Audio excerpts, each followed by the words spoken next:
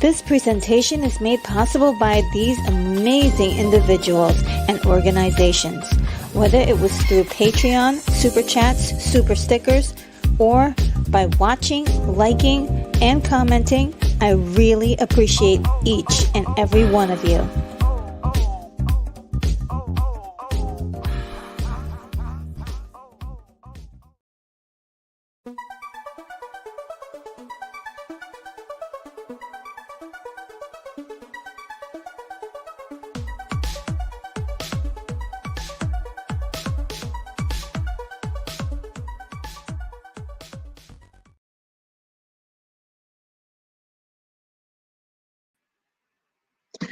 Hello, everybody. Good morning and welcome to the show. I'm Retro Nerd Girl, and I'm broadcasting live from the International Science Fiction Space Station, guys.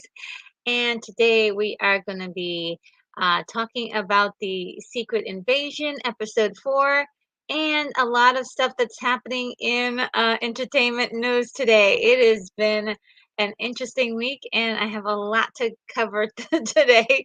And there's some even more stuff that I just found out this morning. So I'd love to go over that with you. Let's see who's in the chat this morning. We've got the first comment here from Brogu, who says, "Hello, everyone, and a special hello to the exquisite retro nerd girl, RNG." Another day, the other day, I asked about Star Crash. So I watched your review. Your review was just like you. Absolutely wonderful. Ah, that's really sweet. Um, Oh my God, I love these emojis. That little emoji of the astronaut is so cute. Yes, well, I am really glad you got a chance to watch the review. I love that movie. It's really silly and fun. It has a very Barbarella feel to it. And yeah, just enjoy that space adventure with a female lead kind of thing happening. But she's kind of like a sexy, like, sort of like the misadventures um, of a cute little character. But I think she's actually way more competent, I think, than Barbarella. Stella, what's her Stella Star?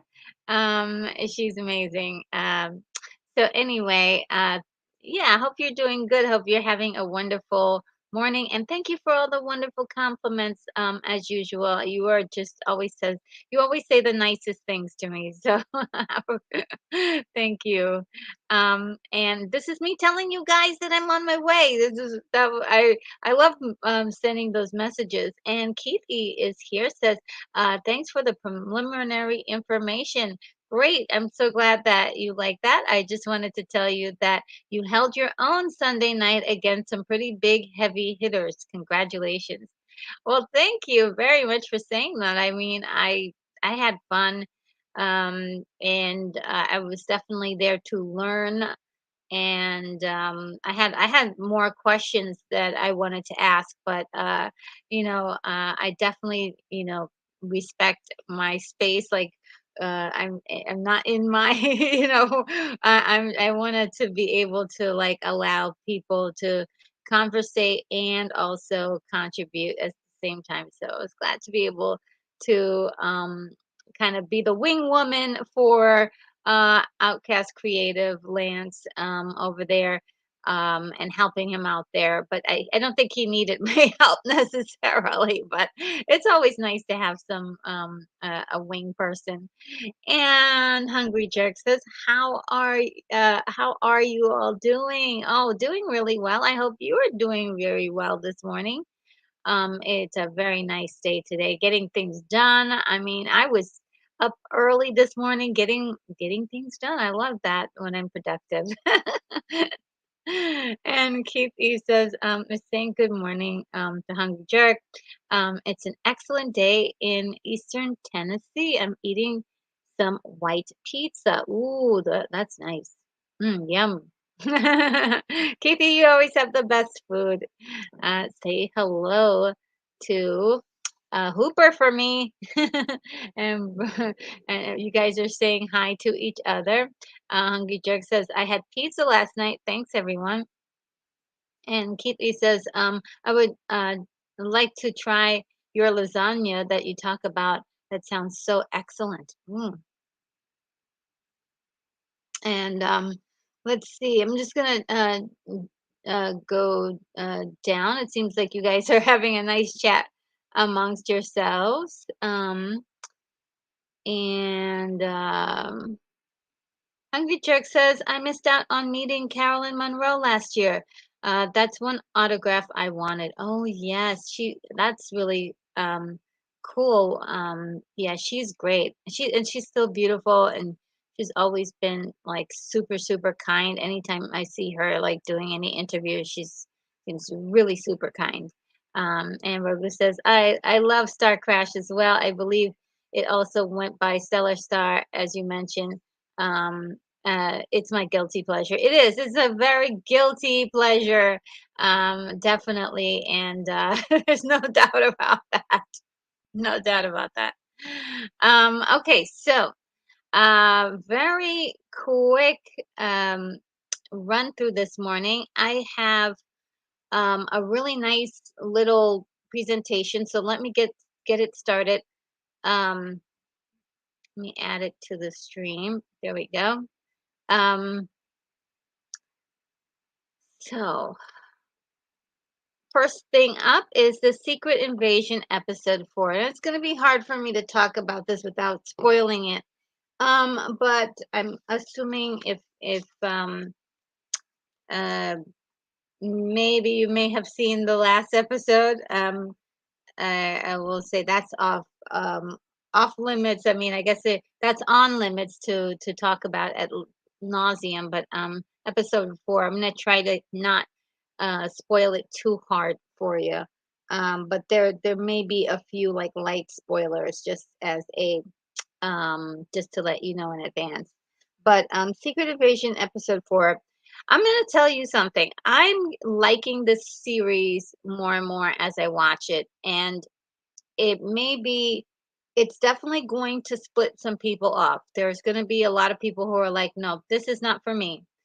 And I'll tell you why. It is nothing like its adjacent material as far as all the superhero stuff. There's no superheroes in this at all. There's none of that stuff. Very little special effects, but the special effects that they use, like very minimal. And like the action, we had I believe the entire thing is like maybe 30 to 40 minutes, and the we we didn't have any action, like action scenes, so to speak, until about the last 10 minutes.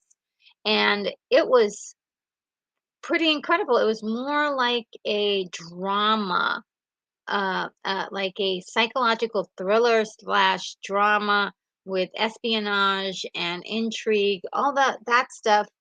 I think it's very interesting that that Disney Marvel is doing this, and I think this is the way they should have started, possibly with their TV series. Um, because like Wanda and WandaVision was I thought was really great and creative. I loved all of the creative aspects of that, and um, Winter Soldier was supposed to bring it back down to earth, more grounded.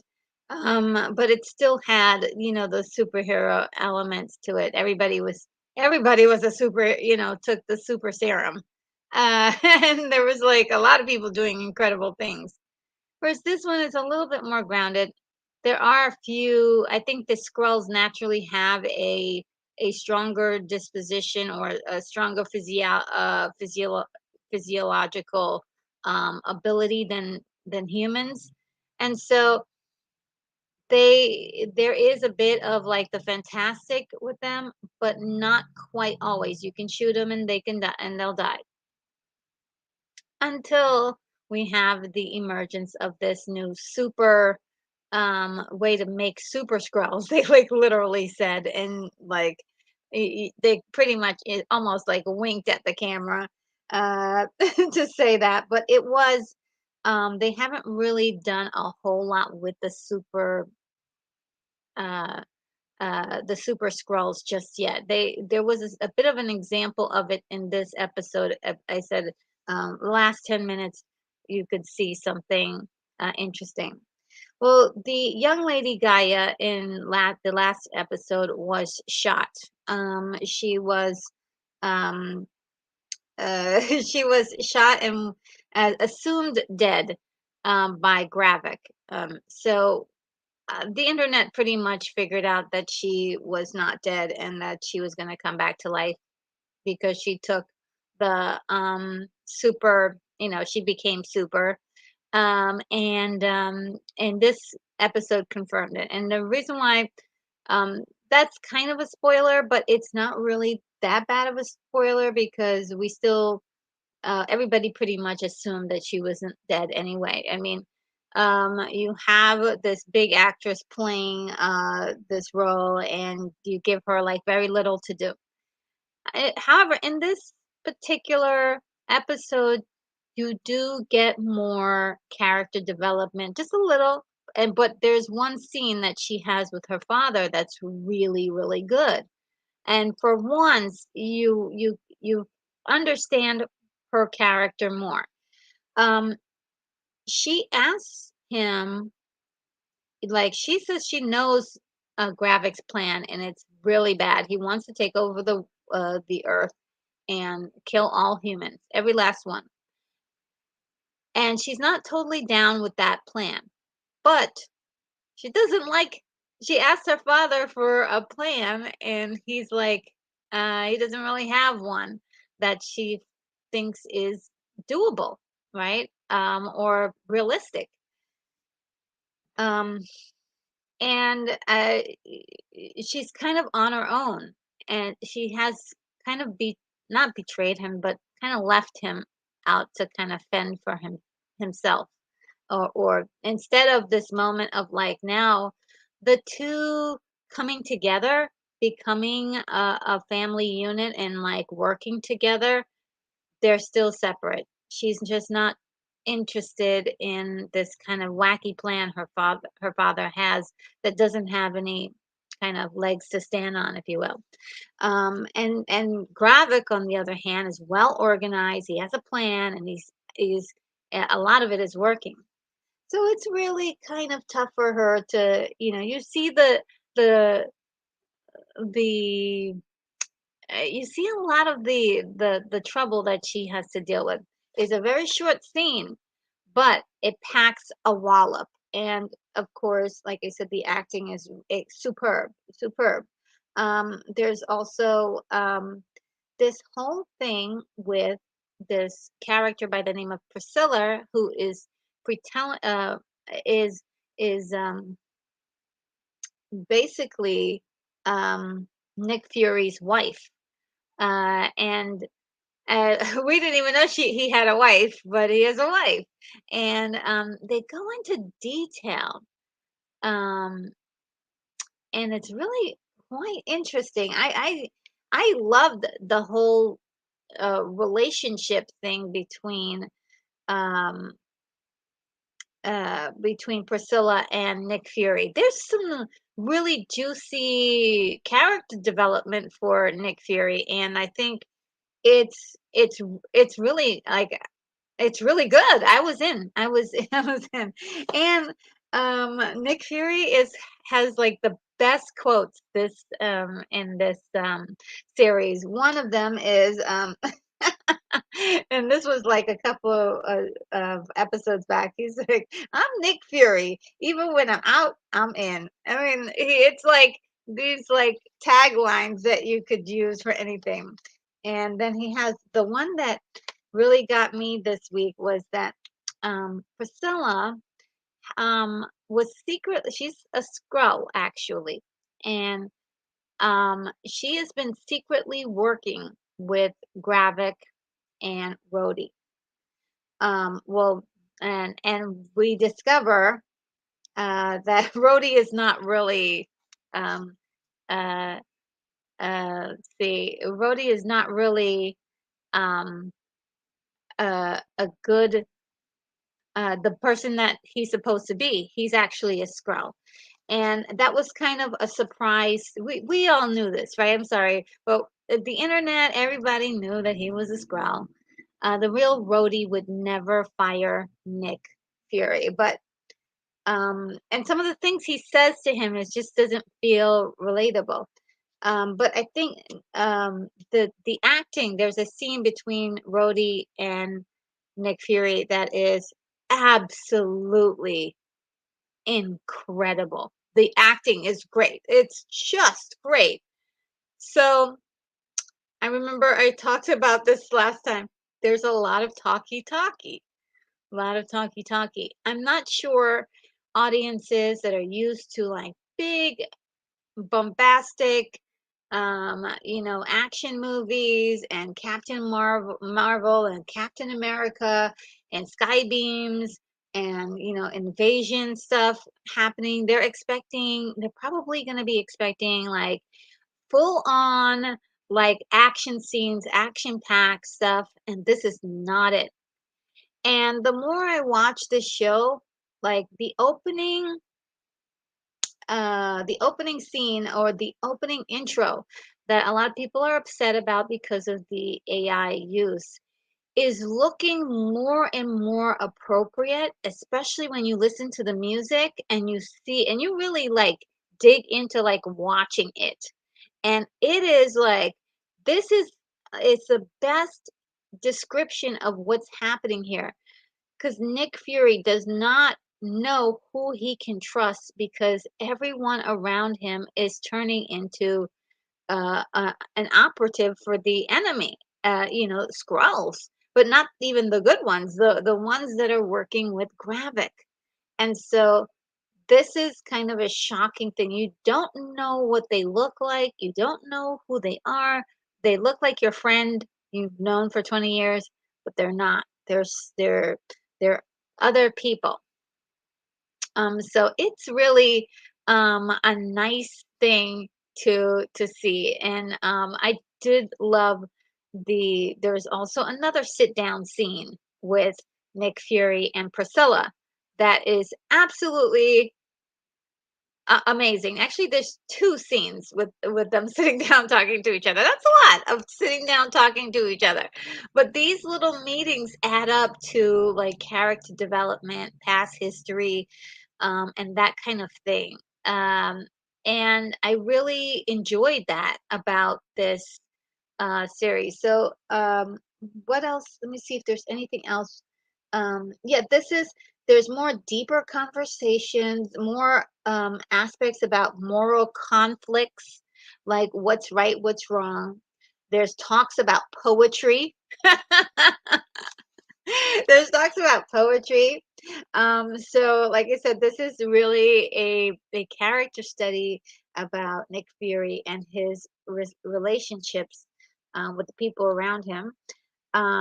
Let's see, there's another one. Oh, there's something in the poem.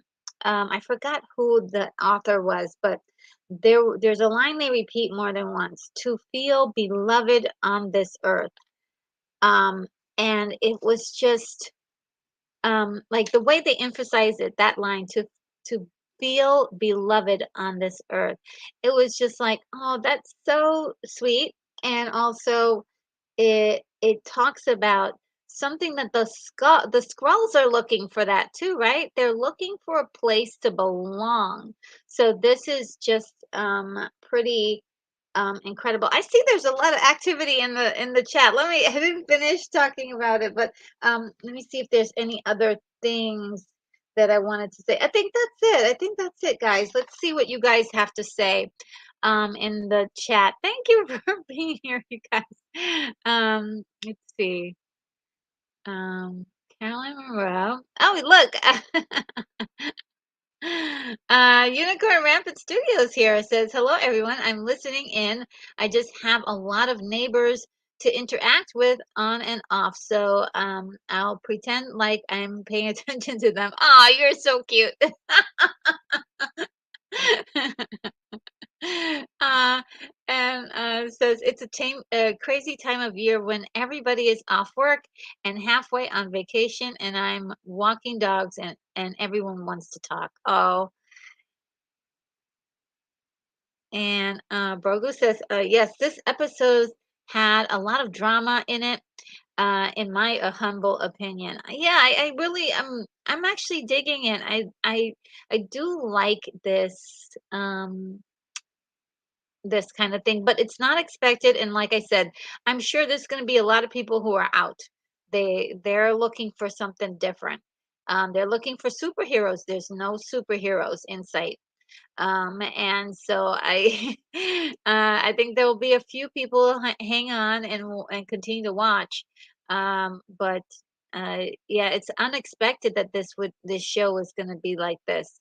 And the Outcast Creative is here. It says arrives on the stream with a huge bouquet of flowers for sci-fi um of or sci-fi toy like ornament, pick as appropriate to thank Retro for being on my channel for 5 hours. Thank you, Retro. Oh, that's so sweet. Thank you. It was my pleasure. It was fun, and I learned a lot. Win, win, win, win all around. Thank you for having me on your channel. and just was glad to be able to help and contribute and also enjoy. And Brogu says, "Is it just me? But I was surprised that Nick's wife was is a Skrull." Yeah, and I think he was surprised as well. I think he was very surprised, and but in the they did give it away. They did give it away, I think, when she was it last episode or the episode before that? Um, they showed her cutting up some vegetables as a scroll, and then a few minutes later we see her her this image that we see here. So it wasn't a surprise to us, but I think it was a surprise to Nick Fury. And it was so funny because he said, "I don't know if we should get a divorce or if we should renew our vows." He was still into it, I think.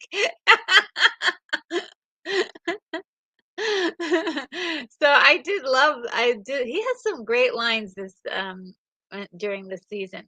And Hungry Jerk says, "I got a few 12-cent issues of Nick Fury comics." Oh, cool. Oh my God, 12-cent issues. Wow. You know what? You're just reminding me, maybe I should go to the comic book shop or around me and see if they have any copies of Nick Fury.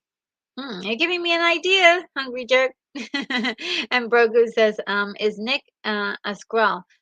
Well, see, that's what I was trying to figure out because he's not wearing his eye patch, and he usually wears an eye patch, so that was kind of weird. But um, yeah, that's kind of one I really wanted to know. But it's a tough one. And Unicorn Rampant Studio says, "Yay, sci-fi toy like ornaments." Yes. And Keith E says, "Outcast has a lot of class." Oh man. All right. And so, um, yes. Okay. So, yeah, I really, I really like this. I really like this. It leaves on a huge cliffhanger. And I won't, go into detail about that because that would be super spoilers. And I think like there are some light spoilers that we had already, but I on generally I would just say that this episode was really good in my opinion. It gets like a 7. Again, it's not the best thing I've ever seen, but I do like it. I do like it. Is it? It definitely is a surprise again and a shock. So I wouldn't be surprised if there's a lot of people who are just like, it's boring. I don't want, it's not good, probably because they were expecting something else, and the show delivered something totally different. And yeah, Gaia was fantastic this time, and I really hope they do more with her character in the next 2 episodes. There's only 2 more episodes left, so we'll see if they do that. And Amelia Clark um, uh, did some pretty amazing acting this time. I really felt the words that she spoke, and again, I really would like to see them do some outstanding things with her character. And now she's a super scroll, so it's going to be even more incredible. This guy is in this graphic. Also, I really would like to see more, and I hope that they don't decide to off the character before the sixth um, uh, the sixth episode because I think he's really intricate and interesting. Um, and I don't know if they're going to carry this over to movies and how they'll do that without alienating uh, the the cinematic audience from enjoying this character without a backstory and retreading a lot of stuff that they have already on this show. So yeah, it there's a lot a lot of questions I have and a lot of excitement for this too. Yeah, Nick Fury, very nice character. Just love uh, him in this, and Rhodey again. It was great seeing those two um, talk to each other and have such a great banter back and forth. It was wonderful. Now, guys, I am gonna talk about this whole Barbenheimer. It's a thing, guys. It's a thing. I remember last week, William Blake Hall said that he was watching Grace Randolph, and she mentioned Barbenheimer, and I definitely like immediately got that there was a convergence of the two names, but I didn't realize how how it was connected to anything in particular. But on Twitter, it's just been going sick. This huge boom, and also Instagram. And I think I told you guys in passing that I do belong to a community or follow a community of doll Instagrammers and people who are in the doll community, if you will. Um, and it is they are going bonkers for this Barbenheimer thing. It's insane. It's just insane. And so basically, they're taking Barbie the movie and Oppenheimer, and of course, putting it together. Um, and this is one of the images that these guys have created. They're creating their own merchandise and T-shirts and things. Barbenheimer. So, according to Wikipedia, Barbenheimer is an internet phenomenon that began circulating ahead of the theatrical release of two films diametrically opposed in genre, Barbie and Oppenheimer, and they're both to be released on July 21st, 2003. The word is a portmanteau. Portmanteau. It's the first time I'm hearing of this word, so I'm learning a new word today. Portmanteau of the two film titles. Very interesting. And the actor Tom Cruise referenced the phenomenon in a tweet in which he held up tickets to Barbie and Oppenheimer with Mission Impossible: Dead Reckoning Part 1, 2023. And director Christopher McQuarrie says, and referred to the two films as a double feature. And Cruise has financially supported the theatrical box office industry following the success of Top Gun Maverick. And another thing to note, well, actually, we're going to talk about Top Gun in a few minutes, so I'll hold my thoughts on Tom Cruise and Top Gun. But basically, he kind of kicked this off. It says that he referenced it, but he actually was the first one to kind of um, to kick this off. Let's see what you guys to say. Outcast says, I've only seen halfway through episode one, fell asleep, did watch it very late. Yeah, I mean, try to see if you can struggle through it. It's not really that bad. It's really, again, um, it might come off a little bit different seeing it directly, like all of the episodes all at once, but now it's starting to get juicier, right? So episode four starting to get juicier. And he says, I'm sure it goes without saying, but hit the thumbs up button. Yes, thank you. If you're enjoying the content, please do hit the thumbs up button. Let's see if I can grab a little uh, stinger. Here's one.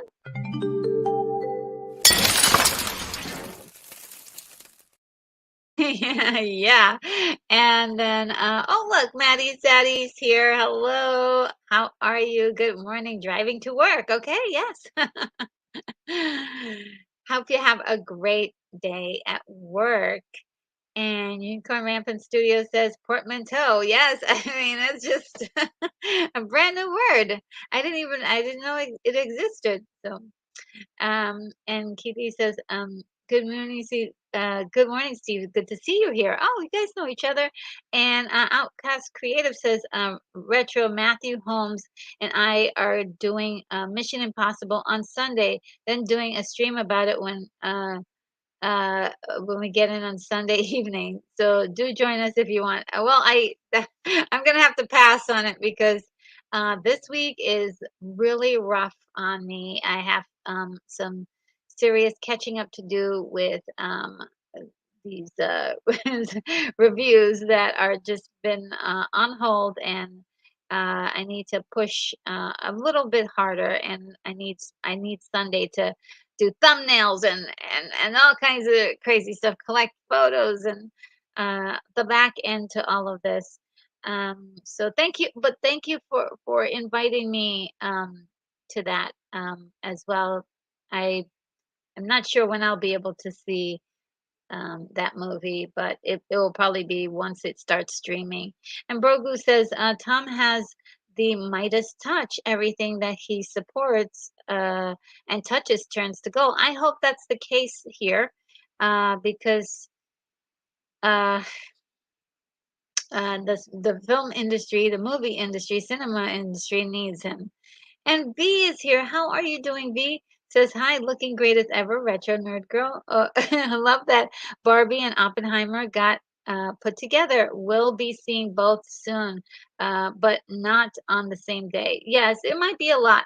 And anybody who's planning on doing that, or even seeing it at on the same day, you probably might want to see Oppenheimer first. Give yourself a little break. I heard it's pretty heavy duty, and then watch Barbie, and and that might, that might help perk your spirits back up. Because yeah, I heard that Oppenheimer is seriously powerful. And so we have Greta Gerwig and Barbie star Margot Robbie says that they will join Cruise's film marathon and held up tickets to Oppenheimer at the premiere of Air. Actor and Oppenheimer star Damon told Vanity Fair that audiences are allowed to go see two movies in a weekend. Yeah, I mean, I think it's naturally fair, and I do like the fact that these films are supporting each other, which is great. Well, I would say that Barbie is supporting the Barbie cast, and everybody else is supporting the pairing of these two films. Um, at the premiere of Barbie, Gerwig, along with Issa Rae, further supported the double feature concept, with Rae stating that I love that there's solidarity to though people tried to pit us against one another, but now it's turned into like a double feature situation. And in an interview with La Vanguardia, Oppenheimer star Cillian Murphy endorsed the phenomenon, saying, "My advice would be for people to go see both on the same day. If they're good films, then that's cinema's gain." And so that is pretty cool. There's a whole bunch of people buying T-shirts for the event. And I mean, if you go to Etsy and type in Barbenheimer, there's so many products, T-shirts, and visuals that are for sale that people have just put together in kind of commemoration, and that's really sweet. I think that's really cool. Now, the director of Oppenheimer, Christopher Nolan, is the only sourpuss in the bunch. And I love him. I think he's great, but he's like, you don't understand. Like he's, and I think I see where he's coming from on this. He doesn't. He's thinking that this movie is really serious, and he doesn't want people to make light of Oppenheimer. This was it was seriously made in a way to accentuate a situation or human element that we need to like digest as as a species. And sort of putting it with sort of a trivial thing, completely opposite again, is sort of like for him as a filmmaker, and I totally get it, is definitely not what he wants. Even though it will get people to go see the movie, he's wants people to take his film seriously.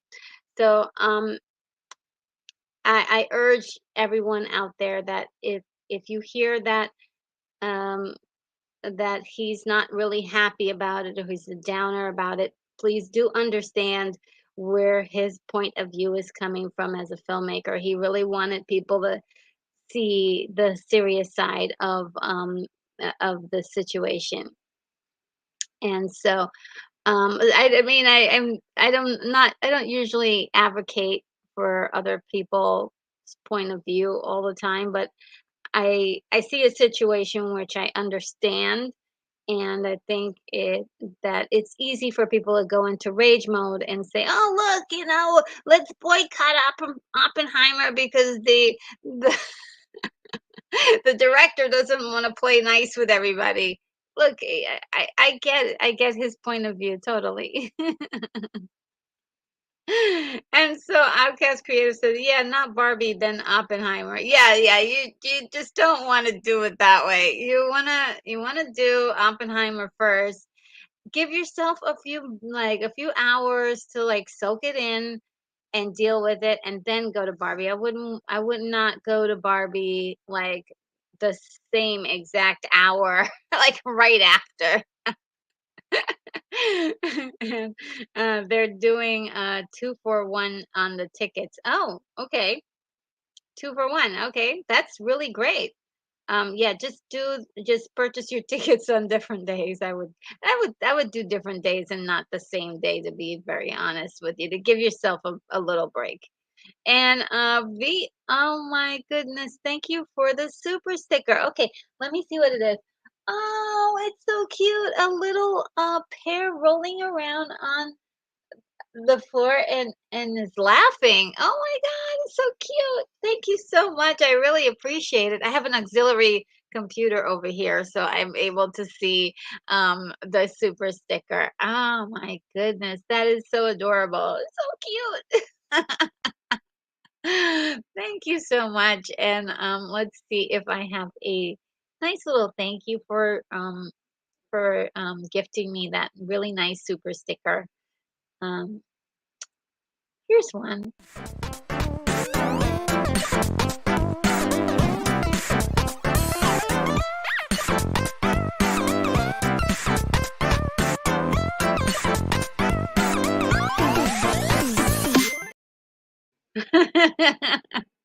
Oh my God, I had to dance to that song.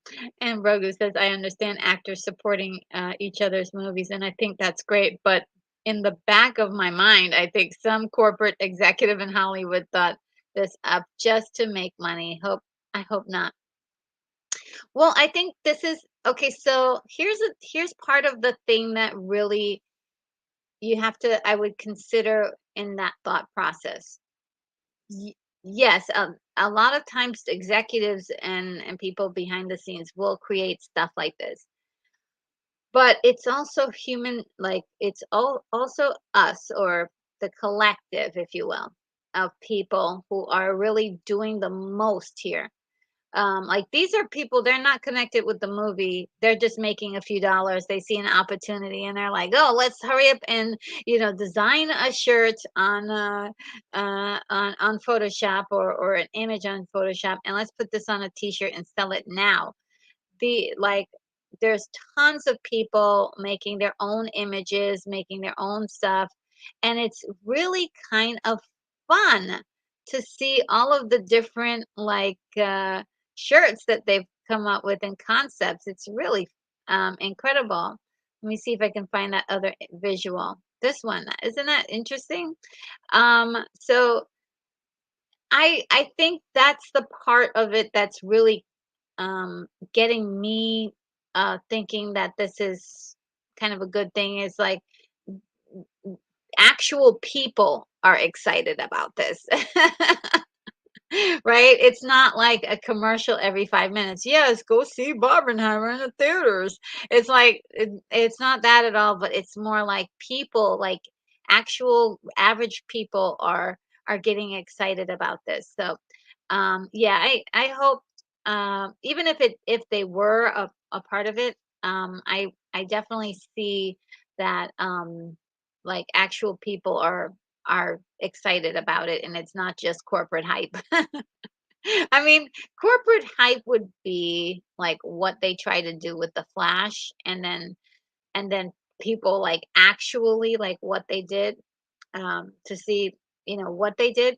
Uh they didn't go to the movies, right? So far, uh, the ticket sales for Oppenheimer and Barbie are looking great. So this is a marketing scheme, um, and if it is, it's working. It's doing it's feeding the public with some much needed good faith, because we've been dogged around so much with all of these we have, and people are just like, please give us really good stuff, and we'll go to the movies. And not to say that The Flash wasn't a good movie. I didn't see it. A lot of people said it was great, but it there was a hype machine going on there, and it was just sort of like, you felt like something wasn't right there. I think they did everything they could to make that people go to the theaters, but people didn't bite. They didn't bite. Keith E says Love Story and Toy Story double feature on the alternate for the alternate cinemas. Oh, really? I didn't know that. And V says, I think when people watch the film, they will take it seriously. I think so. I think so. But you know what? It's as a creator, I and you.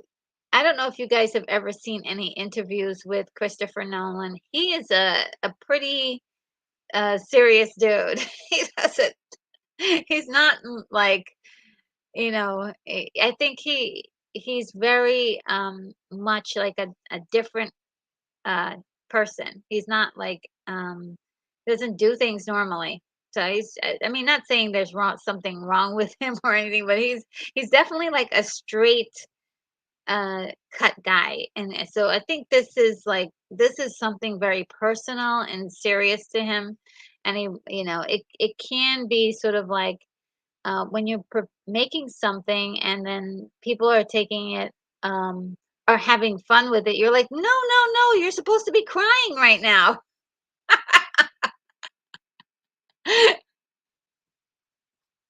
That's what I mean. I don't know if you understand that. Outcast Creative says, no, that was the question. Are they doing 2 for 1? Oh, I don't know. I have no idea. Thrash Panda Ponds, hey cats and kittens. Hey Thrash Panda Ponds. My goodness, I saw your video last night. I think I was catching up on your video, so I caught one of them last night. And let's see. And uh let's see.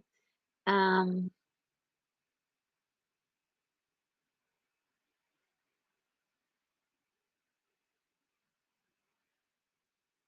And oh, okay. Brogu says, I understand what you're saying, and I think it's great that people are getting into it, but I know human behavior. If mega star Tom Cruise told people to watch grass grow, many of them would do it. Yeah, that's true. That's true. That is so true. But he did tell everybody that The Flash was an amazing movie, and a lot of people didn't go to see that. So it's not 100% true. But he does have a lot of sway over people, and you're totally right about that. Um, and Moonbeam is here. How are you this morning? Says, hey, RNG. All I know about The Flash is that Michael Keaton did a reprise of his role from Batman '89. Yes, he definitely did. And Bobby Renee is here. It says, "My bad, hostess with the mostest." Hello.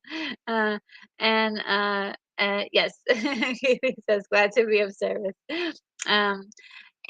Um, yeah, so that is Barbenheimer.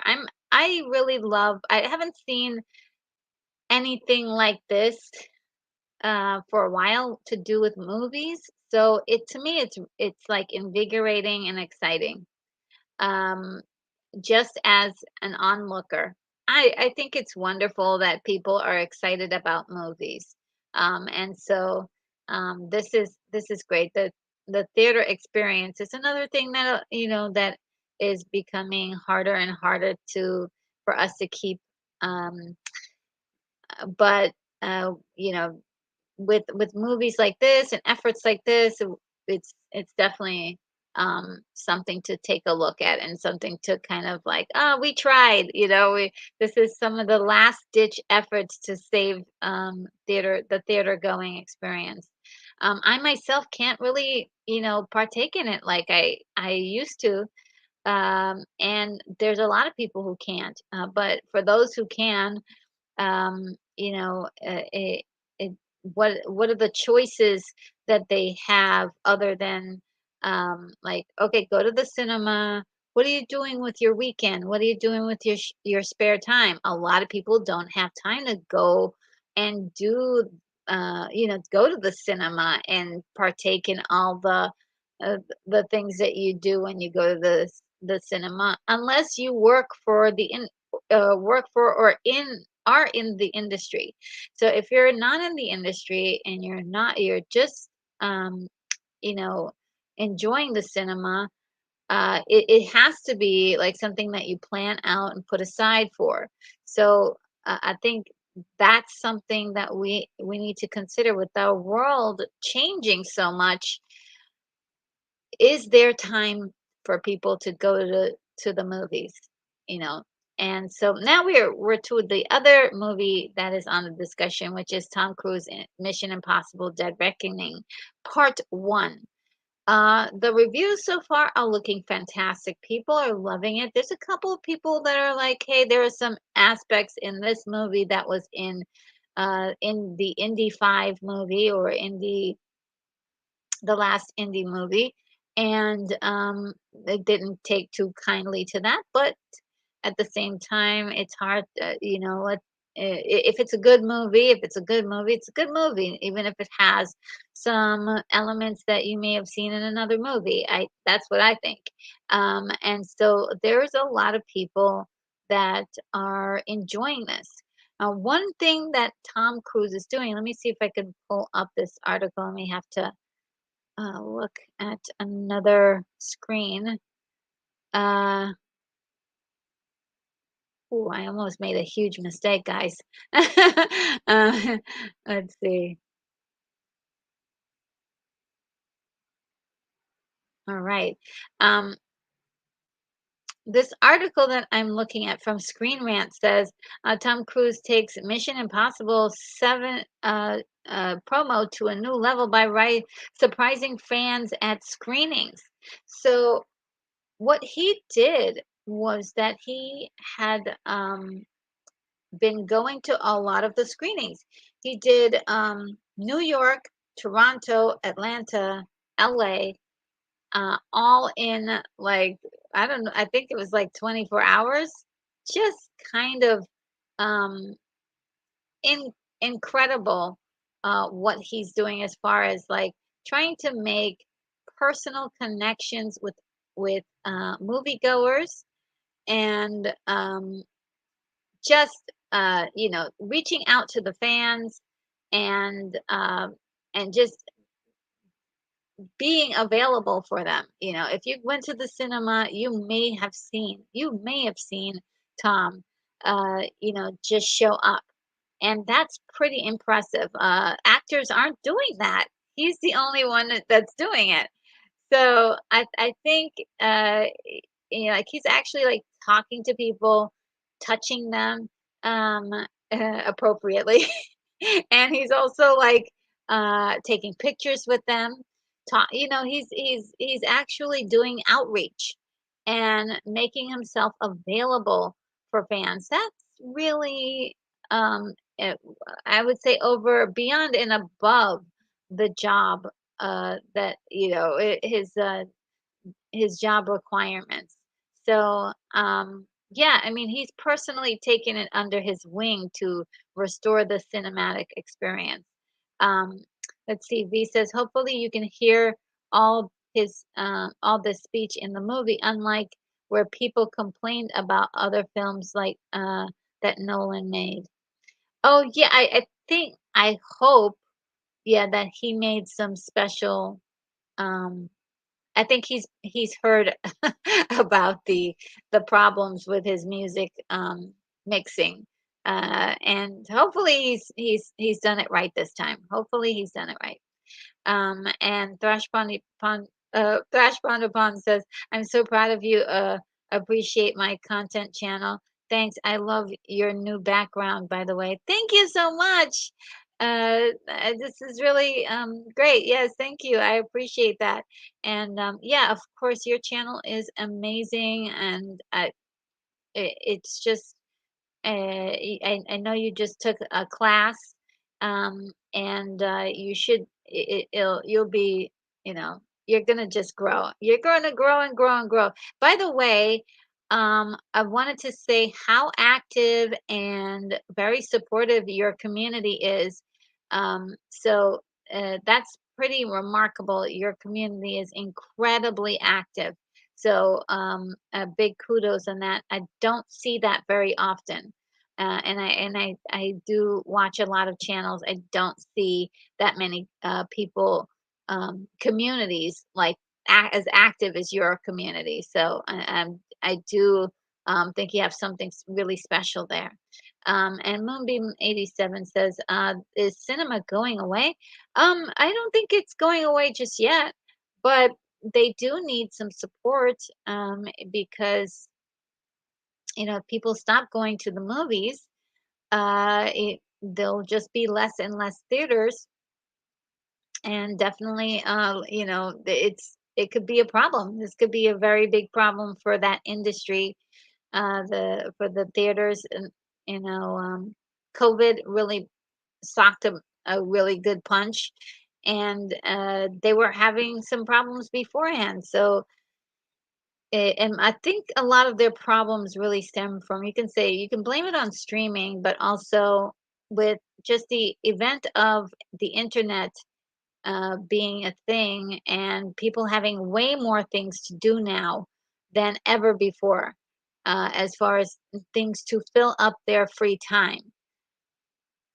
Cinema has a tough job at getting attention, getting people's attention, and getting people to leave their homes, getting people to stop what they're doing to go see a movie for 3 hours sometimes. So it's a real chunk of your time. It's a real dedication. It's sometimes for a lot of people just buying the stuff that goes along with the ticket. You could be out like $20 to $30 per 20 to $30, a lot more than that, like $30 or more, fooling around with the concession stand and stuff. I know a lot of people say they bring their own things to the theater, but it's still an effort to make your way there. Talking about gas, and transportation. It's just a lot. It's a lot to do. People really are pickier about the things they see. Um, um, um, I'm I don't know. TGR. Who's TGR? Not sure who TGR is. And Keithy says anyone who has, he should really subscribe to Thrash's stream. It's really good. Deals with the 70s and 80s. Yes, definitely a retro channel. I love the trivia and stuff. Ages ago I used to do trivia. I don't know if you guys knew that some of my older videos I used to end with trivia.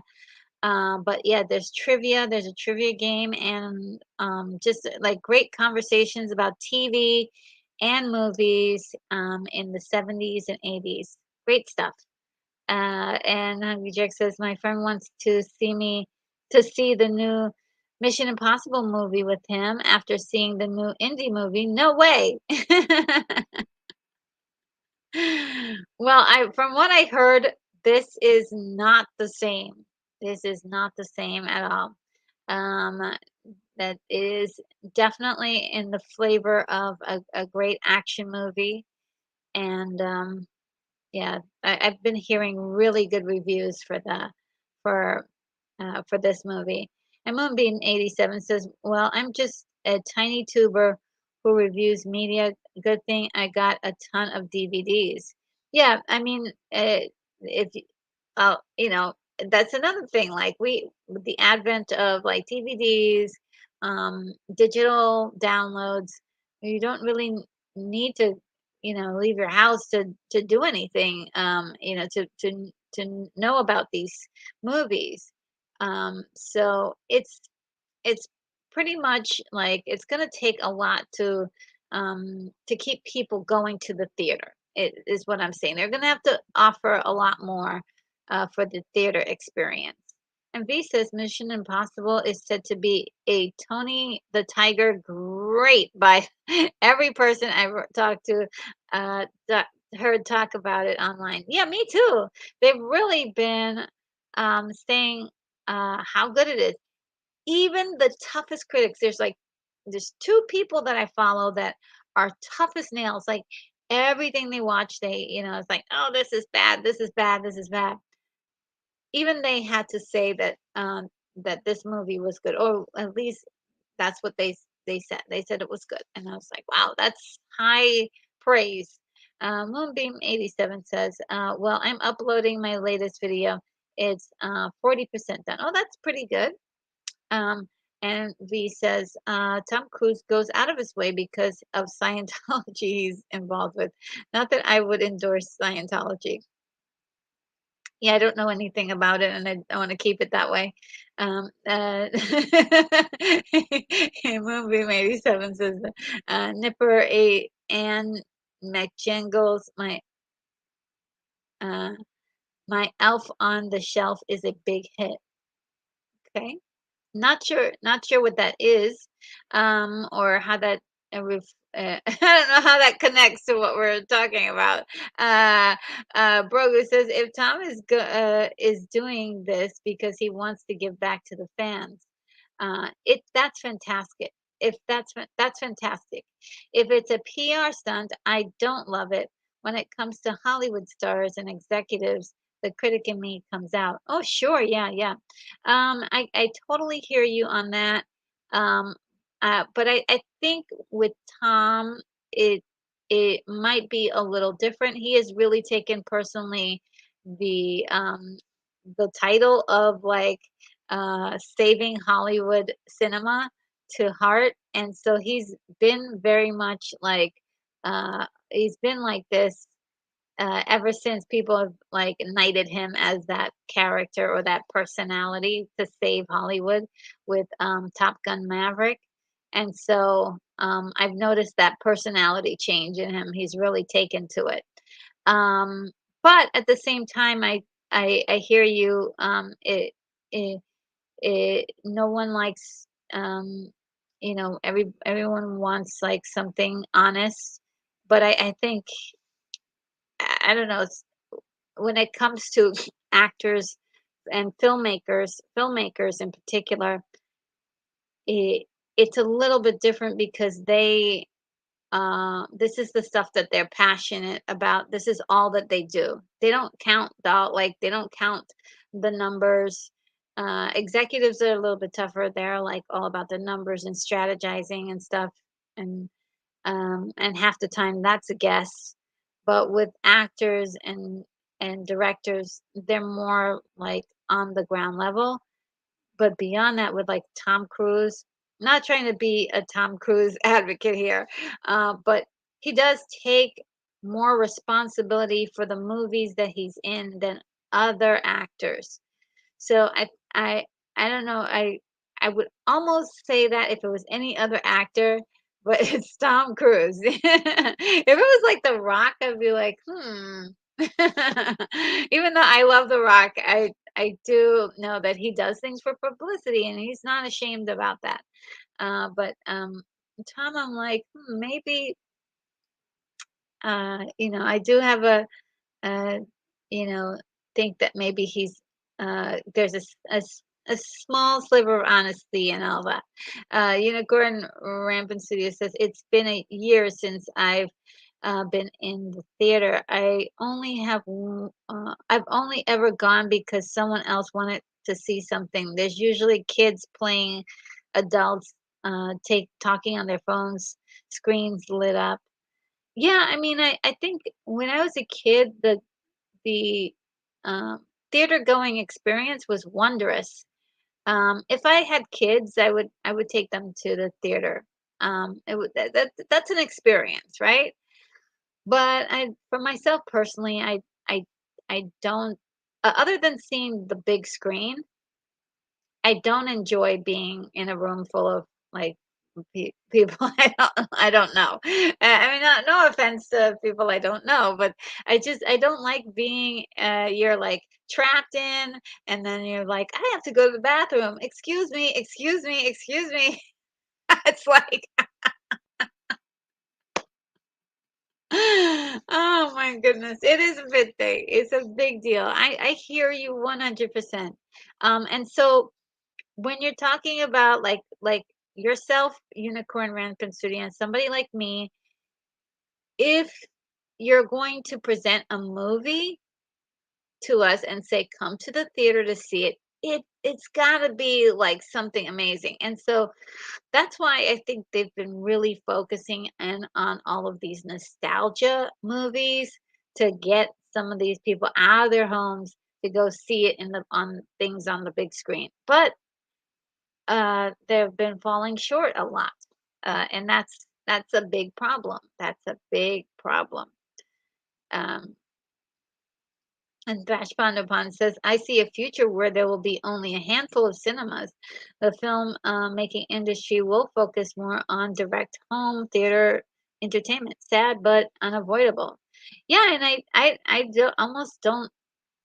I don't know. I don't even know if it's a sad thing either, because I do want to preserve the cinematic experience for the people who want it, and for those like again for kids, it's incredible. And I don't mind like if I had a home cinema, if I was like a super rich and I had a home cinema, that would be amazing. You see, everything in a big screen. You have the surround sound, and it's all wonderful. But if you're just you know, I don't care to go to a movie theater, and like depending on the movie theater, right? Because some of them have like they have bugs and rats and unpleasant things that happen in the theater, and people are yelling and screaming, and there's some theaters where it's like funny and everybody's laughing, and that's great to be a part of that. Or something incredible on screen happens and everybody's like, yeah, that's a great feeling. Um but you could probably ask people like, how many times have you gone to the theater and experienced that? And and be a very small number. Very small. But yes, it's unavoidable, I think. And that's exactly, you know a handful of cinemas. I think that would be great, to at least keep that experience around for people who want to have those experiences. And maybe there might be a way to make the cinema experience um, uh, less of a chore and more fun. More, they have to figure out how to um, how to make the cinematic experience um, better for the people who are going to the theaters to experience it. Like, if you like a family would, you wouldn't be in the same room with like a family um, that's like throwing popcorn and there's like a baby crying and like all these other interruptions. Like maybe there's a way that they can do cinemas in a more private way, but still give you that experience of like a big screen and nice surround sound and even some smell-o-vision. That would be cool. And look, oh my gosh, Unicorn Rampant Studio. Thank you so much for the $7 super chat. Yay, people gifting RNG. Thank you. True love. That's from uh, um, the Princess Bride. Thank you so much. You are so awesome. Let's see if I can get you. Um, Hey, thank you. I'll do one that's a different one this time um, than what I usually do. Let's see. Let's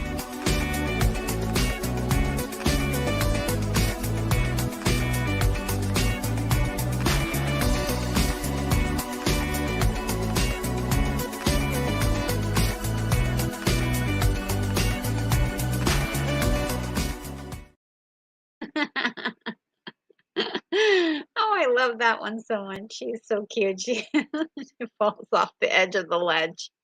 Oh my God. Okay, so let me catch up with you guys. You guys have a lot that you said to me. Hungry Jokes is the only thing that saved me from watching the new indie movie. They served beer at the movies. Okay, that sounds cool. Brogu says making good movies is what gets people in the theater. And as a result, Hollywood can make a lot of money. Hollywood, see how that works. Nice one, Brogu. Sean Ennis is here. Hello, Sean Ennis says Tom Cruise is working his butt off because Oppenheimer had the critics' approval and conflicting release schedule distribution contract. Yeah, there was a lot to do with that, and he wanted Mission Impossible to be in more IMAX theaters, and yeah, there was a bit of unhappiness on his part about the scheduling. And Moonbeam 87 says, just putting it out there. Well, I have a joke about legend. Scientology killed the unicorn. Um, oh, because he was, took me a second, because he was in Legend. Got it. And Sean, and it says also, hello, everybody. Yes, hello, Sean. And definitely make sure you mark Keith Eaton because he's present. And let's see. Moonbeam 87 says Dwayne the Rock Johnson is awesome. I loved him in as the Scorpion King. Me too. I did too. He's wonderful in that movie. And the Outcast creator says one thing I like about Tom is his professionalism on all levels. His beliefs to entertain the importance of being of the big screen.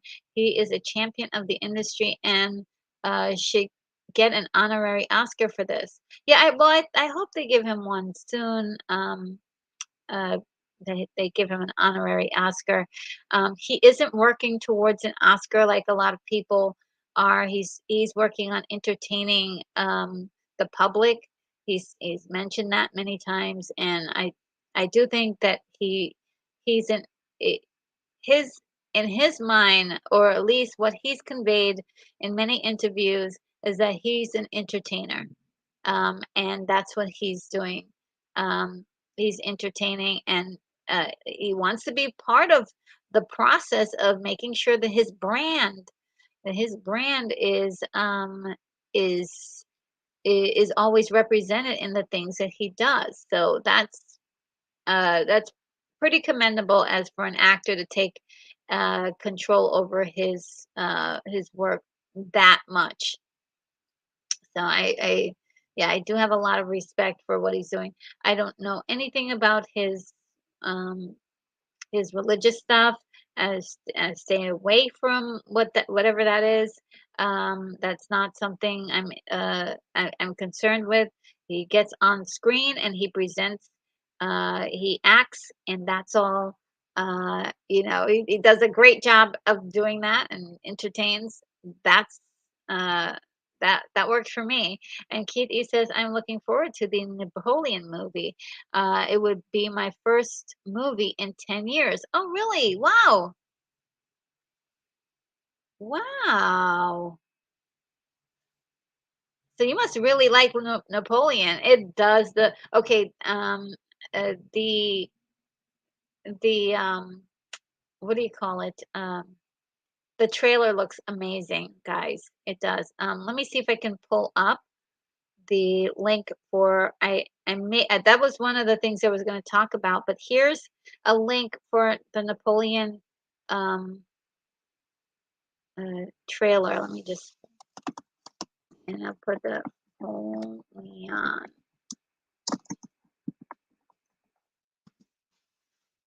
put that in the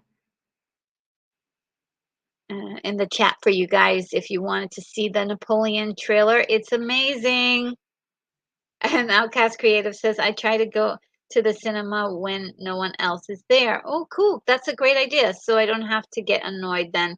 They are consistently on their phones, either with that or a big opening night where everyone is into it. Yeah.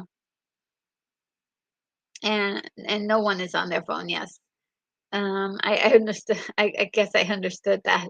And Shannon, it says, "Good morning, Keithy. You're present, ta-da!" And Ben Grimm is here. Hello, Ben Grimm. How are you? Says, "I'd much rather see a movie at a theater than at home. Too many distractions at home. I usually go to midday showings where kids and workers are not there." Oh, interesting. Yeah, I mean, I don't know. I think my patterns is definitely the opposite, and yeah, I mean, because I guess I watch hundreds of movies on just streaming or from my computer or at home. Some people even have like things set up where they have like gigantic screens to help them like enjoy movies much better. But I am so glad to hear that there are some people who just love that theater experience more than the home experience. So thank you, Grim, Ben Grimm, for sharing that because yeah, it it is definitely like I think over the years for me it's changed. Um, but yeah, that's nice. I think it's cool. I love to hear that. And Hungry Jerk says, Sean, the new indie movie was the first movie since Force Awakens. It'll be years before I see a new movie. And Keith E says, thank you for the attendance, Mark Shannon. And Shannon says, I tried to buy a cinema with my dad about 30 years ago.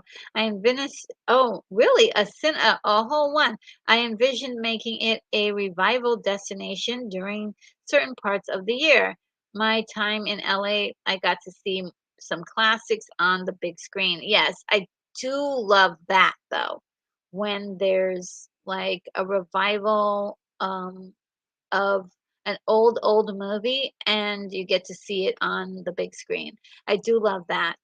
Um, but usually it usually plays in small theaters, which are a lot different than the big chain ones.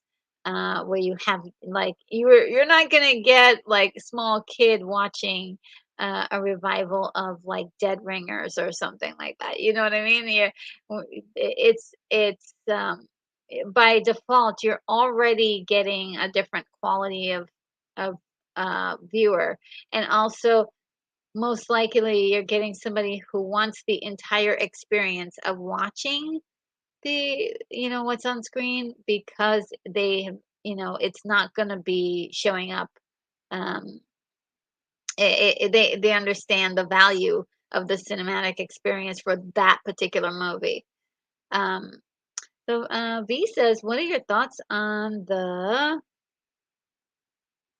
uh, well, okay, hold on a second. Let me what are your thoughts on the on SAG's negotiator going away when the negotiations to end today?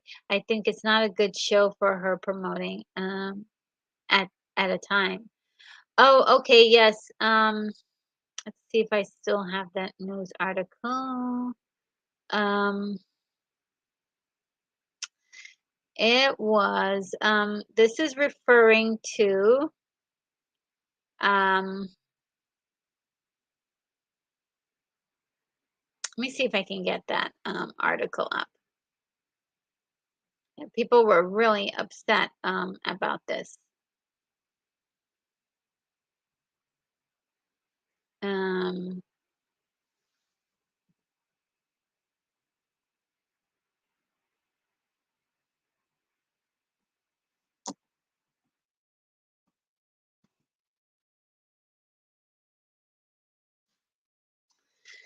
yeah. Yeah. Okay, so the Hollywood Reporter um is where I'm getting this from. SAG-AFTRA President Fran Drescher criticized for Dolce& and Gabbana outing in Italy amid contract negotiations. According to a source, it's bad optics. And I don't know totally all of the details behind it, but if people in the industry are saying it's bad optics, I can only imagine that she must have known that it was going to be playing it pretty close. Uh, yeah, she must have known that she was going to be playing it pretty close. So it was a risk. But if she comes through and does her job, that's if it works in their benefit, if she does you know the job that she's supposed to do, okay, if she went. um but I just don't, I'm not sure what w- we're still waiting for the verdict on that. Is what I'm saying. We're still waiting for that, right? Because I think today is the day, and we'll see at least by the end what happens.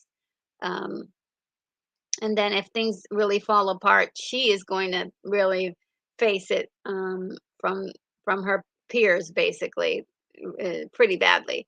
And then Sean Ennis says, "Oh, okay, yes, you guys are talking amongst each other." Um, and Sean says, "As I hate the Star Wars sequels, I can see why."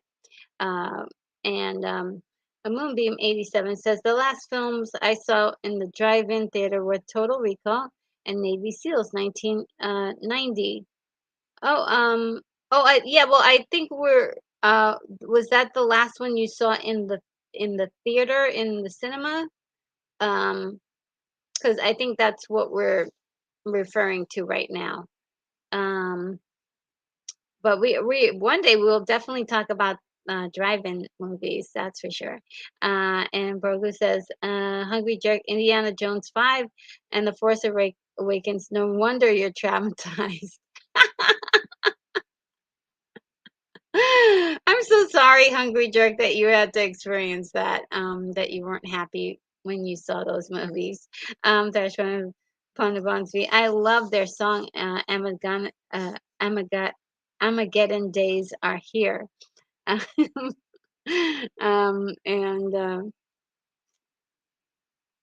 let's see.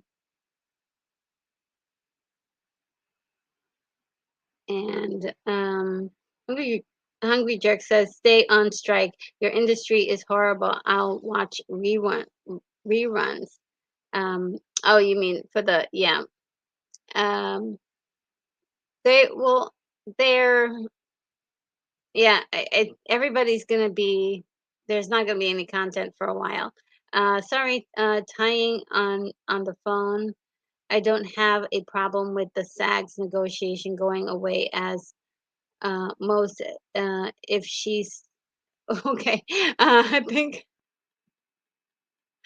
if she can still be engaged with what's going on. Okay, yes, it split it up. Yeah, if she's doing her job, that's all that really matters, right? Examiner says, is the new indie any good? The critics at Cannes thrashed it, but someone I know whose judgment is questionable right now said he really liked it.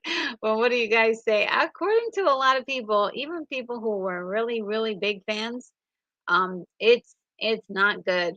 And for me personally, they can't get me in the door, right? And I talk about this all the time. All you have to do is get the person through the door. And now it, we've already talked about how I can't get to the theater, but if I wanted to go to the theater, if there were any movies I wanted to go to the theater to see, Indy 5 was definitely the one I was not interested in seeing. Indy 5 wasn't even the one that I was interested in streaming, okay? Because it just didn't look like it was going to be any good. And that's my honest opinion, and I'm really sorry, you know, if, anybody who's been working on that is upset that a lot of people are not going to see the movie. It just doesn't look exciting to me. And like I said, you got to get people through the door. Like if it was streaming, I'm not going to stop everything I'm doing to go watch it. To be honest, and that's 3 hours of my time. Um, and Hungry Jerk says, back in the 80s, I saw a 14-hour silent movie about Napoleon. Watched it over 2 days. Wow, wow. And Outcast Creative says, Retro, have you seen the new Ahsoka trailer? If so, your thoughts. Napoleon trailer looks so amazing. Good use of CGI. No, I haven't seen the Ahsoka trailer, and there's a reason why. I kind of have seen already too much of Ahsoka promos, and I understand why there's another promo. Um, but I really want to go into Ahsoka with without too much information. Um, and I know that's crazy, but I don't want to hate it before it gets started. Do you know what I mean? I want it to be really super fresh. Uh, 1 second.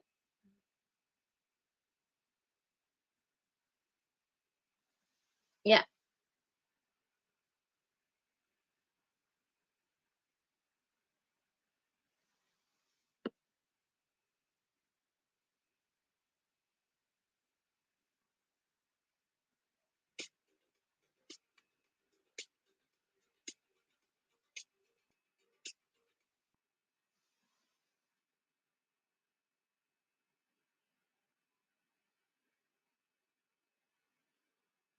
Guys, am I still on?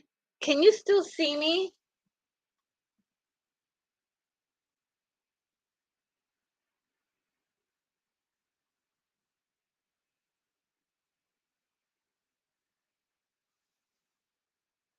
Okay, for some reason it's thank it's weird. It's so weird. Okay, I don't know what's going on. Okay, I all right, sorry about that. My other computer is not showing it at all, so that's kind of weird. Um, all right. Um,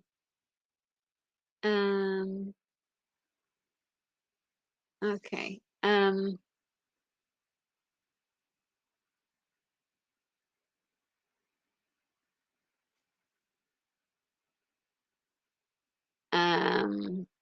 let's see. Oh, I didn't like it, then again, I'm sort of a critic. Oh, okay, about the 12-hour Napoleon film that you saw. Okay. Shannon says, sorry about that, guys. Shannon says, that's like seeing the live performance of Nicholas Nickleby, which I always wanted to do. Um, and Hungry Jerk says, has anyone seen the fan-made film Raiders of the Lost Ark made by kids in high school? I think I did if that was done like maybe um, 6 or 7 years ago. Um, all right, I'm just gonna scooch down a little bit uh, because let's see.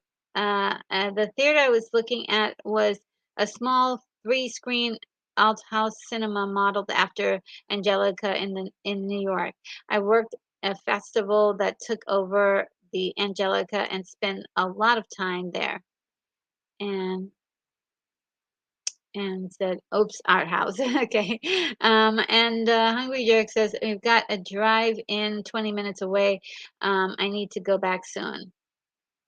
Oh, okay. So drive-ins are okay. Okay.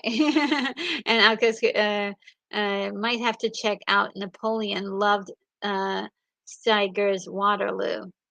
And V, oh, thank you so much. Another two, $20 sticker. I am, let's see. I am having some serious problems with my thing here. It says victory. Woo! Thank you. Thank you for that. I really appreciate that. And let's see. Here, let's try let's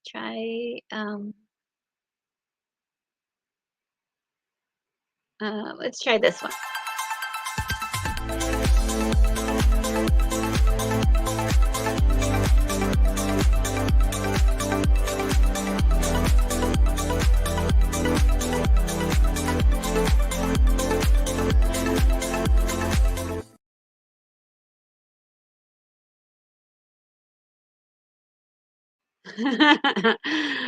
All right. Um Yeah, I wonder what happened to my auxiliary computer. It just went blitzed on me. The Outcast Creative says, "Yeah, I'm definitely going to see it on the biggest screen again." And woohoo, money for retro. Oh, thank you. And Hungry Jack, is that pounds? Yes, it looks like pounds. Yeah, pounds. Um, and Brogu says, Sean, and as you asked me if the new Indiana Jones movie was any good, you would be more entertained by watching cats fight than going to see Indiana Jones movie. Yeah. And Keithy says, okay, Thrash was on your 2001 was your 2001 subscriber. If you could subscribe to his channel and watch some of his contacts, he'd be, he's also a big war buff. Oh, that's so cool. Yes, I didn't even think about that. Yes, anybody and everybody Thrash has a wonderful channel, like I was saying before. And Barbara Renee says, I want to watch a movie with Thrash. Gotta get him fired, though. Please help. Why would you do that? No, we don't want him fired. I think he loves his job. And V says, Indy was good, but not great. It's still Dev. Um, and Keith E says, I can hear you, but other people may have to see you. Okay. I don't know what happened. Yes, still see you on the inset screen. Okay, great, great, great, great. Um, you're on the side. Okay, great, guys. I'm so sorry that that I took a break from that because it was just weird because it didn't look like it was uh, working. And Katie says, "This is a test. This is a test of the retro nerd girl broadcasting that work. It's only a test." And Outcast Creative says, "Retro, I agree. I actually try to avoid watching trailers now, and the newest of Go One is definitely shows too much." Oh no! Okay, thank you for the warning. Because yeah, I don't want to. They've already showed me so much of that. There were teasers. We had like, I don't know, 3 or 4 different teasers. We had one huge trailer, and I think at this point we just need the material. Um, Give us the dates so we can start watching it, you know? Um, uh, I'm already done with all the trailers, and Dune is in danger of doing that too. I mean, it's such a great, I like, it looks fantastic. Don't show us any more trailers. And for crying out loud, this is going to be out in December. We get another trailer. We might as well have seen the whole movie. Like, quit showing so many trailers. What happened to the good old days of one trailer? You know, it's just like this like anticipation hype thing is like uh is a really big deal for a lot of studios, but they're wasting their money showing us a new trailer if it's gonna ruin the experience. And Burgos says, I don't know if it's true, but I heard that the new Indiana Jones movie got Kathleen Kennedy fired, but that's just a rumor. Yeah, she still has a job so far that I know. Uh, and Dash Bonapon says, I should do a watch along. Let's see. Um, and trying to figure out what that was too. And then V says, "Have you ever imagined a movie in your head uh, that if that you could make?" Oh, tons, tons, a lot of movies. Especially when I would love. There's a lot of movies I wish I could fix too. And Outcast Creative, yeah. No more Dune trailers for me. Yeah, I didn't watch the last one. I am just protesting trailers for now because we need the movie. We need the movie. Give us the movie. And Keithy says, very impressive, Jack Kelly Direct TV. That's wonderful series. Um, our Direct TV. I'm not sure. I think Siri's messing with you, Keithy. And Shannon says, I read a blurb last week that Kathleen Kennedy was out at Disney too. Um, yeah, there's nothing in the official, but it could be true. It could be true. Um, and we all know that Indy 5 was her baby, and this is one of many many things that people have an issue with to do with her running Lucasfilm and um, I I I don't know. I I don't know, to be honest, like what's going on. But Disney has a lot of work to do behind the scenes. Costellar is here. Hello, Costellar. Says, go Mission Impossible. Yes. I really hope, I really did like Fallout quite a bit. I was actually on a plane and they were playing Mission Impossible Fallout, and I was like, wow, this is good. And yeah, I have high hopes for Mission Impossible Dead Reckoning. Brogo says, yeah, sometimes you watch a trailer and I think the movie is going to be good, and then you watch the movie and it's terrible. Yeah, or you pretty much figure out the entire movie from the trailer. I found that to be the case for many movies. And there's some companies that do trailers that literally they don't like, they think a trailer is a mini movie. So they'll literally go through the entire beat of all everything that has gone through in the movie, and then you're like, wait a minute, you basically just ruined the movie. Why do I need to bother going if you're gonna just tell me everything in the trailer? Um, yeah, long we can rant. I could rant about that. That's another. I could go on a rant with that. Keith E says, Bobby Renee um, uh, said to get Thrash fired because he only watches movies with the unemployed people at the theater, which is very funny. I get it. Yes, Keithy, you're on the case. I wrote 30 scripts in 2020, and to add to the dozens I have already. Um, and to answer this question, yes. Um, and let's see. Mm, and Casella says, "Go Oppenheimer!" Yes. I want these movies to succeed for sure, because I mean I think it's not the for me personally the cinematic experience is not the all be and all, but I think it helps for especially like I was saying young kids, um, and the people who cherish it. I want them to have the best of the best, in that experience of enjoying a movie that they love. I do want that for people. It's not like my number one desire, but I'm definitely in the sidelines cheering on these movies. That they can be watched by the people who want to watch them, and in great theaters, by the way. Casilla says Barbie will be a hit. I hope so. A lot of people are excited and jazzed. They want to go see Barbie.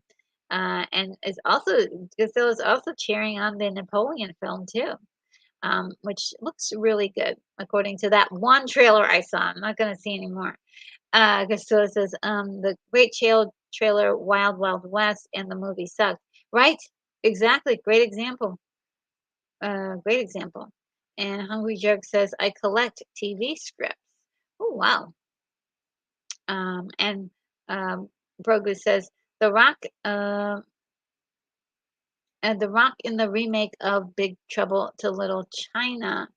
Um, that's in reference to.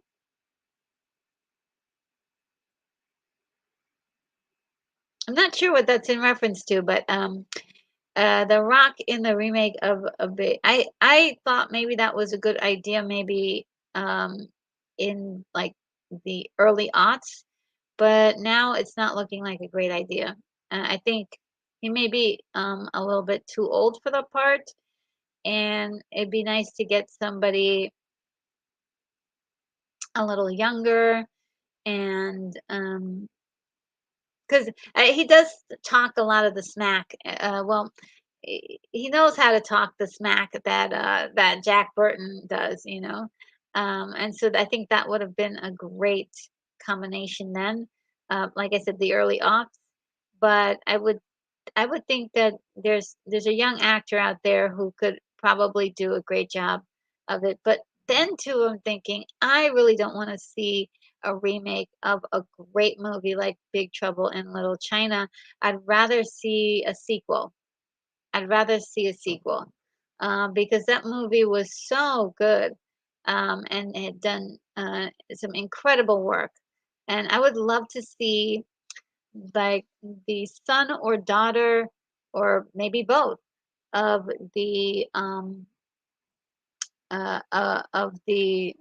uh, the friend who actually was the protagonist in the story, and just kind of take off from there, like Big Trouble in Little China too.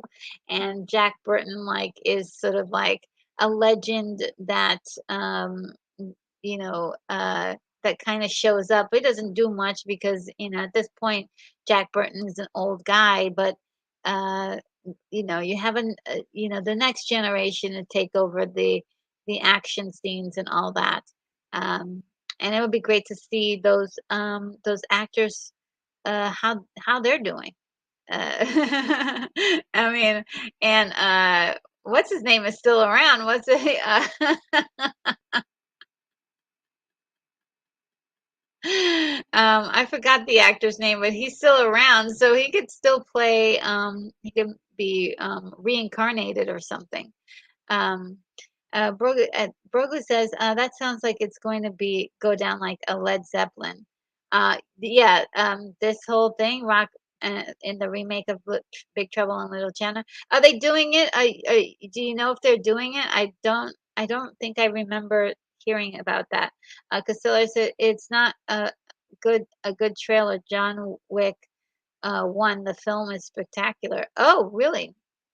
I didn't yeah, I didn't see the trailer for the first John Wick. And the Outcast Creative says, thankfully I don't think it's happening. Yeah, I hope it's not happening because it just doesn't feel good. And Thrash Pandapon says, got a motor gang. Take care, everyone. See you soon, RNG. Oh, so good to see you. And thanks for stopping by, which was probably your break. I really appreciate you stopping by and sharing your time with us. And enjoy the rest of your day. And Costello says, Haunted Mansion is going to get lost between Mission Impossible, Barbie, and Oppenheimer. Yeah, the timing couldn't have been uh, just the worst, just the worst timing. And Moonbeam 87 says, yeah, don't give away the film in the trailer. That'd be like saying Mustafa dies in Lion King. In the Lion King trailer. 1990. Oh man. Yeah. V says, will you ever have people on the show that watch it that goes live on your show, like Robert Burnett does? Um, ooh. I was thinking about having some of you guys on the show, one day. I have to be very, you know, careful because I know that Robert has like a bigger channel. He has like different things that he has to his advantage. But I wouldn't mind doing something like that. I was thinking about doing that for members. He does have this thing where he has members chat with him. Um, and I definitely wanted, um, yeah, I had a few people in mind that I wanted to be on the channel. But the Outcast Creative was on the channel not too long ago for my 7th year anniversary. And so was Lorena Creel. And let's see, Castella says, Go Warrior with Jim Carrey in Super Mario Brothers 2. Oh, cool. I didn't know that. Um, oh, that's right. It's still in the theaters, right? Or is it? Like, fill me in on that. Now, fill me in on that. And Katie says, I think I'm going to have to track down the trailer for Indy 5 to see what they said was going to be.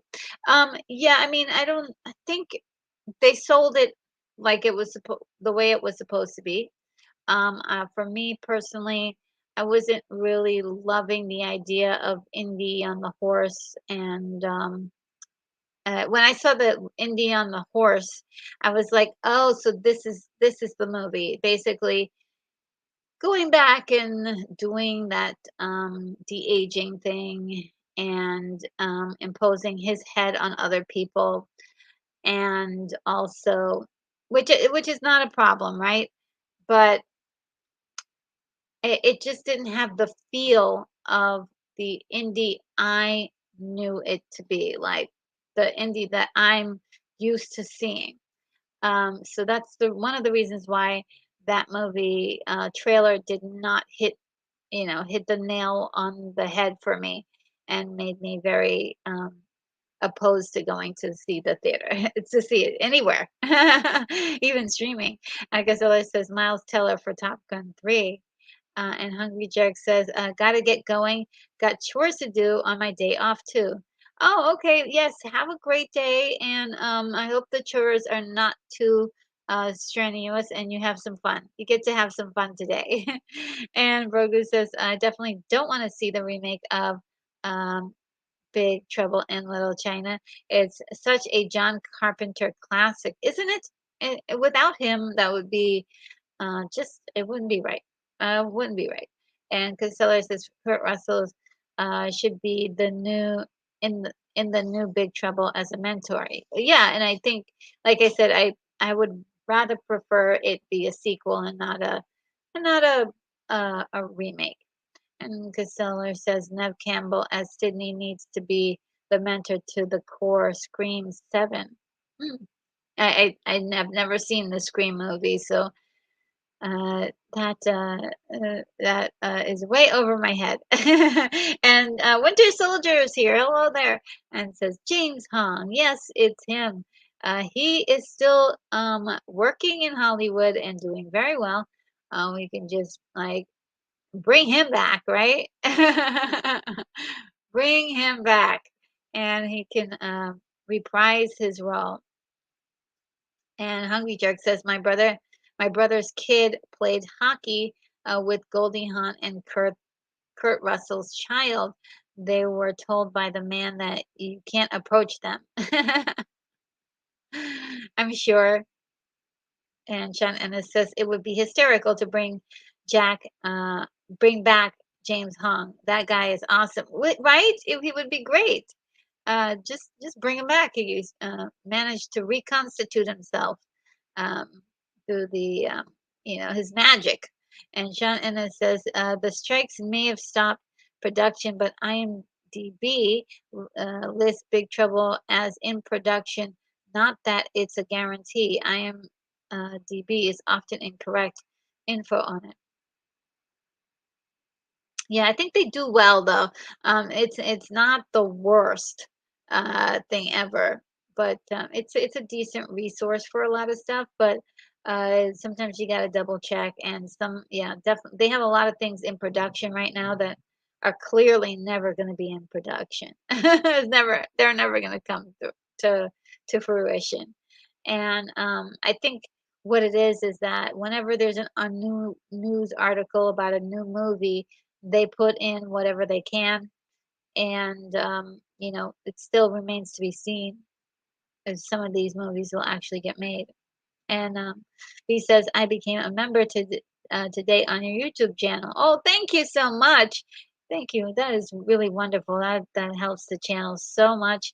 And yes, hopefully I have just made a video for the channel members, and I am gonna be editing it soon. Um, and it says, yes, welcome the yes. And Moonbeam 87 says, A Big Trouble was John Carpenter. He did a good job given there were where effects were at the time. Yes, he did do a really great job. Um, and Bogus says, RNG, the sequel to Trouble in Little China, could show us what monster does that's hiding on the back of the truck at the end of the first movie. Oh yeah, yeah, they could. They could show us, you know what happened to that monster. I love the fact that it doesn't end with it kind of ends with in a weird way. In fact, you never know. The monster could have been very friendly to Jack and became his pet. You never know. I've always liked to think that. Um, uh, Now let's see what else I was hoping to share. Guys, this is big news. Yellow Wolverine costume just made its way to the MCU. All right, so everybody knows in the early days of the comic books, we had a yellow costume for Wolverine. But when the movies came out, he had different colors. He had this one, he has like a black costume. And then for many of them, he was wearing like a wife beater and just general clothes. And this is him in the last movie, Logan. And he has quite a different look here. This is on the set of the new Deadpool 3 movie. He's looking pretty good. I love the haircut. He's even looking younger too. And and this is the boys walking down the road. They look great. They look great, and the costume looks fantastic. So that's good. And this is kind of a reunion of sorts because I don't know if you guys remember way back in the day, there was a Wolverine Origins movie that was um, really, I mean, talk about a hilarious movie. Uh, have I had fun watching that movie because it was so hilarious. And one of the better features of the movie was Deadpool. Now, I loved the character in that movie, but I did not realize that Deadpool was actually a different character and that they had made such a big mistake, or had changed the character around so much that it was unrecognizable by fans. So, this is kind of nice that we've got the rectification of the of Deadpool the way he was meant to be, comic book accurate, and the yellow outfit for Wolverine. This is the studio like listening to the fans. The fans have spoken. This is what they want. And I think a lot of this has to do with Ryan Reynolds' on-hand approach with this character, really taken to these movies very carefully, to make sure that he is, from a fan's perspective, loving on these characters. I absolutely adore this. This is great karma for his movie coming out, whenever it does, and I can't wait to see if people will really love this movie. All right, and let's see, got a couple of things here. Brogu says the monster could be partners with Jack, just like in the show BJ and the Bear. Yeah, absolutely. Um, and Moonbeam 87 says that's an option. Jack's friendly monster. Yeah, and Moonbeam says that yeah, that's that's what looks like Wolverine. And Winter Soldier says no one wants to remember origins. It was a project of the last writer's strike. Was it? Oh my God. That movie was so hilariously bad, but I enjoyed it for the wreck it was. Um, and there were so many areas where it just was like, are you kidding me? As a story, just did not work. And Sean Ennis says, does anyone know if the Hollywood Reporter is still lists production information on Thursdays? It used to be my go-to for looking for work. Oh, wow. Um, I don't know. Um, Let me see. I'm on their page right now. Um, Here, I'll send you the link to the Hollywood Reporter and see if you can find it there.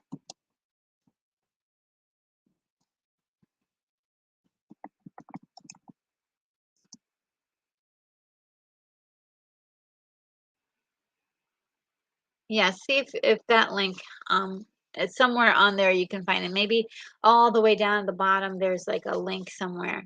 Because sometimes that's where they would companies would like to put things all the way in the bottom. And Outcast Creative says, "Gotta run, Retro. See you on Friday." All right, yes, see you on Friday for the canon discussion that we're gonna have on Friday. And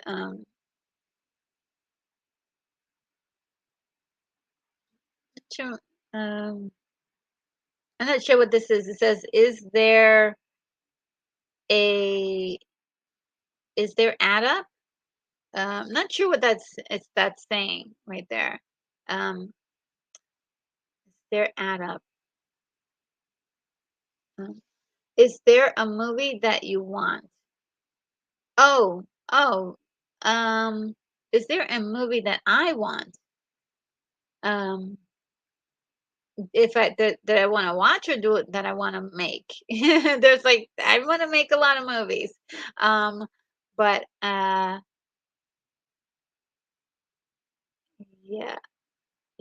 I'm not sure if movie that I want. I'll answer both. Is there a movie that I want to see? Um, I would love to see more vampire movies, to be honest. It's been a while since there was a really good vampire movie. Or even a space adventure that's not Star Wars or Star Trek or any known properties, like a fresh idea. And also, like, I wouldn't mind a space thriller that's not a horror movie, because usually it's like, oh, it's a space thriller, there's a monster, and the monster's gonna eat up all the humans. Oh, I would like to do something a little bit more psychological, but like a thriller, in space. A thriller in space, space, space, space. So that would be something that I would love to see. Um, and movies that I want to make, they're in the bin, right? Well, I'm working on them, so I can't really talk that much about them right now because I'll talk about them more when I have a better um when I feel like they're ready to share. And Moonbeam 87 says, I did upload my life in a day, but uh, I wasn't chosen for 2020. Um, I'm not sure what that means. Um, uh, my life in a day. Yeah, I'm not sure what that one means. And Brogu says, I could see you as Stellar Star in a new Star Crash movie. You'd be perfect. Oh, thank you. Yes, she's amazing. Um, Stellar Star. Uh, and I really wish there was like a comic book or something to continue her adventures. I was like, yeah, they got something here, and they really didn't go any further. Kind of disappointing. Disappointing. Shannon says this was way back when the Hollywood Reporter still published hard copy newsstand magazines. Oh, anyway, it was pretty accurate and detailed about where films uh, were as they were near principal photography. Oh, incredible. That sounds really cool. Yeah, I don't know where else they would be doing. And he just left. Outcast Creative might know. We're gonna have to ask next time that Outcast Creative is handy. We're gonna have to ask ask him if he knows, or if you, Sean, maybe you can send him a note through Twitter, because I know he's on Twitter. So you can maybe find a way to reach him on Twitter. And see. And Brogu says, "You're beautiful and smart, just like." Oh, that's so sweet, Brogu. That's the kindest. You're so kind. And Moonbeam 87 says, "Life in a Day was a documentary directed by Kevin McDonald and produced by Ridley Scott." Oh, okay. I didn't know. And Sean Ennis says, there is a new Willy Wonka coming soon with a prequel with a prequel with Timothy Chalamet as Wonka. Uh-oh. Yes, that is actually part of what we're going to be discussing. So let's keep going. Streaming wars. Oh, okay. So this little portion here, before I get to that, this little portion here is about the streaming wars. Who's winning? So the article I got this from was really, they were, I would say they were agenda based, really, I would say, because they were going at Disney. But the I think that the big news isn't so much about Disney, because you know, and how bad they're doing, but who's doing well in this, and who might be the winners of the wars. And I think ultimately, this is my visual idea of how streamings are gonna go in the future, whether that be far future or whatever. There will probably only be one, but for a time there may even be reduced to like three, where on two or three channels where you can get all the stuff that you want, and it'll be connected. Everything will be connected to each other. And I think that would be the best way to go because you're already paying for uh, Amazon Prime. A lot of times people are paying for Amazon Prime for the shipping and all that. And then there's Netflix, who's doing quite well as on the top of the list as well. And they are producing their own videos. They're producing their own award-winning movies and TV show, series. And so it looks like Amazon and Netflix are going to be some of the biggest winners. Um, HBO has changed to Max, and they're not doing well. They're losing money, but they're at the uh, top 15%, which is really great. I mean, they're the top end of this list, I meant, but at 15%, and they're doing better than Disney. So that's incredible, but they are trying to get rid of a lot of their library, licensing out a lot of their production, their products and IPs, so that way they can, focus on movies, film, that kind of stuff, um, and any kind of physical sales. Because I mean, physical sales is still popping right now, and take advantage, take advantage. And so uh, Disney and Hulu are, I know it's separate on this list, but they're actually together. They're actually together. So if you put that together, that's that's actually better. That's actually on the top of the list if you add Hulu and Disney together. Um, at you know that's not going to be bad. That's like 28% if you add them both together. So I'm sorry, not 28%. I'm looking at the wrong thing. That is 24%. And so yeah, if you add the two together, so that's the thing, is that a lot of these services are ending going to end up like merging together. Apple TV is another one. I'm like, I haven't, like, if you have all of the others, right? Amazon, Netflix, HBO Max. Like, why would you like get yet another service? So, I mean, these guys have to really start understanding, like Paramount, Apple TV. You guys, like, your days are really numbered, and you need to start like really thinking about this because only the people who can afford that extra luxury can have it, you know? And let's see what you guys are saying. Jean Ennis says IMDb Pro offers similar information and even more detail on talent agencies and small production company information. Yes, they do. Yeah. And it's not the best, but I mean, if you pay for the pro service, you get more, obviously. Um, and Brogus says, let's hope there's not one streaming service.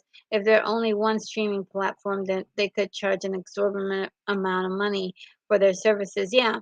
And see what a lot of them are doing, what Amazon Prime is doing in particular, is that you have your Prime membership, but then through them you get the other you get to sign up for the other platforms, and that's where it can be really absorbing. You've got Stars, you've got HBO Max, and you got the Hallmark channel, the all this kind of this channel, that channel. It's like, oh, I just like can you guys all like shrink into one?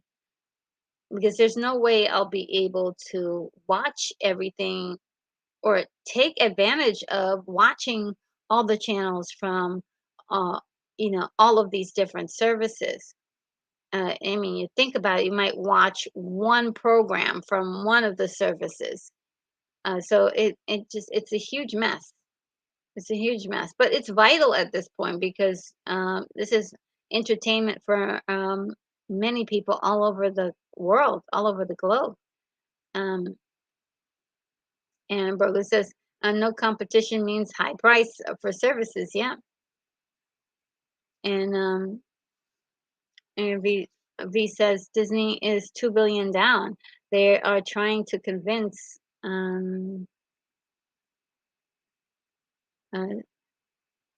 but there might be a comeback, possibly. And Moonbeam 87 says there have been two Life in a Day documentaries to date in 2010, A Day in a Life 2020. I'm hoping that they'll do A Day in a Life 2030. Oh, okay, yes. Okay, so now this is jogging my memory because I did take part in the Day in a Life 2010 along like ages ago.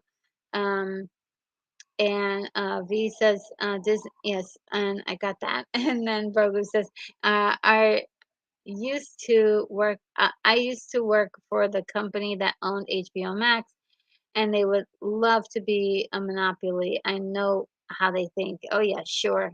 Yeah. No, I hear ya. And Sean, and it says some of the streaming services need to bundle with others. Apple TV has some really good content, but not enough to keep people month after month. Paramount has lots of interface issues. Yeah, that's what I'm saying. And they're on the bottom of the rung here, and they really should be trying to consolidate with one of the other companies because they're Apple TV, I've been hearing some good stuff about their content. I just can't. I just can't add another thing. I just can't add another thing. It's just too much at this point, and I'm paying for so many different little bills, and they add up. It's all adding up. And Moonbeam 87 says, "Why do we have Disney Plus and Hulu? They're both owned by Disney." Exactly. So, and the article that I was watching, it was where I got this from, which is really interesting. We're like, oh, Disney is losing. They're doing horrible. They're doing okay. They're doing okay. They may be losing money on streaming, but they're if you add the two together, it's 23%. So, yeah. And Jonathan says Max and um, great original content and really good movie rotation. And if content, oh my God, if content they don't exclusively own. Um,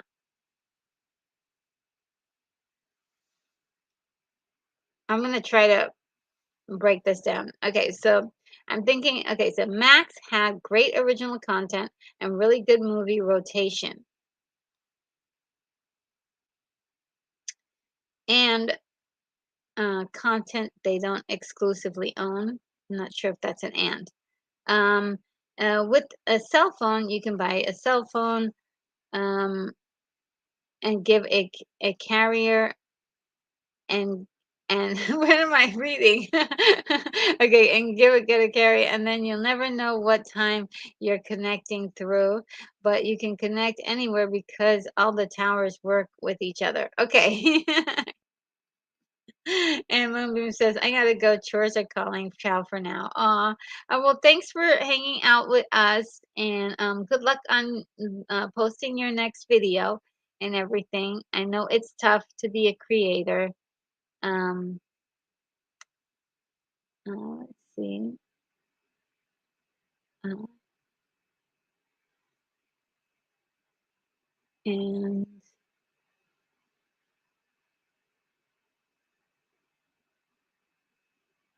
give me 1 second, guys. Something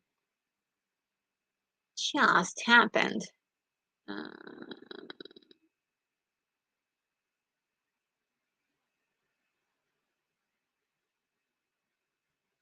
okay. All right. I think I got it. I think I got it. All right, and it says, um, Netflix is oversaturated with a lot of crap. They brought up the rights to. They bought up the rights to a lot of Korean and Indian programming, but there isn't a good way to navigate to find the good from the bad. That's the biggest problem Netflix has is their interface, and it's not. Um, I don't know how to fix it because all of them do the same thing, the same dumb thing, where they're just like, "Oh, let's put this banner up of something or whatever." It's never like geared towards like stuff they know you like watching. Like it never seems to know who you are when you go onto these interfaces. And that's like, you know that the technology's there. You know that the technology is available to do that. And all it's just like, hey, we know you watched this show. Here's another show like it. Here's another movie just like the one you just watched. They see that you are used to watching like, a certain kind of movie, like an action movie. Hey, here's this other action movie that's similar to the one you watched. Like, try to anticipate what the viewer wants, or even like keep track of what you've already watched somewhere where you can kind of go back to it. Um, like I went even to Disney Plus this morning to watch Secret Wars. Um, and it's showing me like they just aired Secret Wars last night. And so they're showing me the Ahsoka trailer. I'm like, I don't want to see the trailer for something I never expressed wanting to see. And also, hey, you just released this content. Why are you burying it right away? So yeah, the interface needs work. Sorry, that was a little rant, wasn't it? I got a little ranty. And then Brogu says when the one corporation tries to buy another corporation, there's a lot of detail to that. Years ago, we tried to buy T-Mobile. Our arrogant CEO was so confident that the merger was going to go through. Hmm. And that he told T-Mobile that if he didn't go through with if it didn't go through, he would pay them 4 billion. It didn't go through, and he had to pay $4 billion. Ugh, yikes! And Shannon says, I dropped Netflix, Apple TV recently, but I'll renew maybe in 1 month out of the year. About to do the same with Paramount, Hulu, Max, but I'm inclined to subscribe more than 1 month out of the year. Sean, you're bringing up an excellent point. Something that I've been, I'm sort of kind of talking about now is really like we don't have the money to keep wasting on a programming that we probably don't use or access all of the stuff too. Like Netflix has movies that they're premiering all the time, but it like it's not always they don't always have fresh content for you. So then, you go to Disney Plus. Well, Disney Plus just so happens to be doing this once a week um, episode that I'm watching. I don't watch it otherwise, right? I'm not on there watching every bit of their content. What else is um, Amazon Prime? At this point, Amazon Prime is a place to store my digital content or my digital movies. And helps me with it helps me with shipping charges, and that's about it. That's about it. I haven't used the free service in a long time. I haven't watched their free movies, and there's other. channels that's on there, like Stars. I haven't watched any Stars program, so that's something I really am gonna most likely get rid of. Um, uh, it's really sad because you've got the right plan, I think. Doing things like maybe once and during the year and not having it all through the year because you can save some money. And uh, these streaming studios, they really need to get it together. As far as like, hey, look, we're charging like so much for people to just have the service handy whenever something might happen. And the Unicorn Rampant Studio says, I finally figured out that everybody is calling Secret Invasion Secret Wars because Secret Wars is totally separate comic book. And I kept thinking, what are they going to what are they going to make Secret Wars? Ah, yes, and I think Secret Wars will be a movie or movie group that they do. Um, and this invasion is just the TV aspect, the TV show. It will eventually, I think they'll eventually do Secret Wars as like a series of movies that they're going to be doing. I think that's what I how it was explained to me. Let me double check because there is a movie I think coming out. Um, Secret Wars.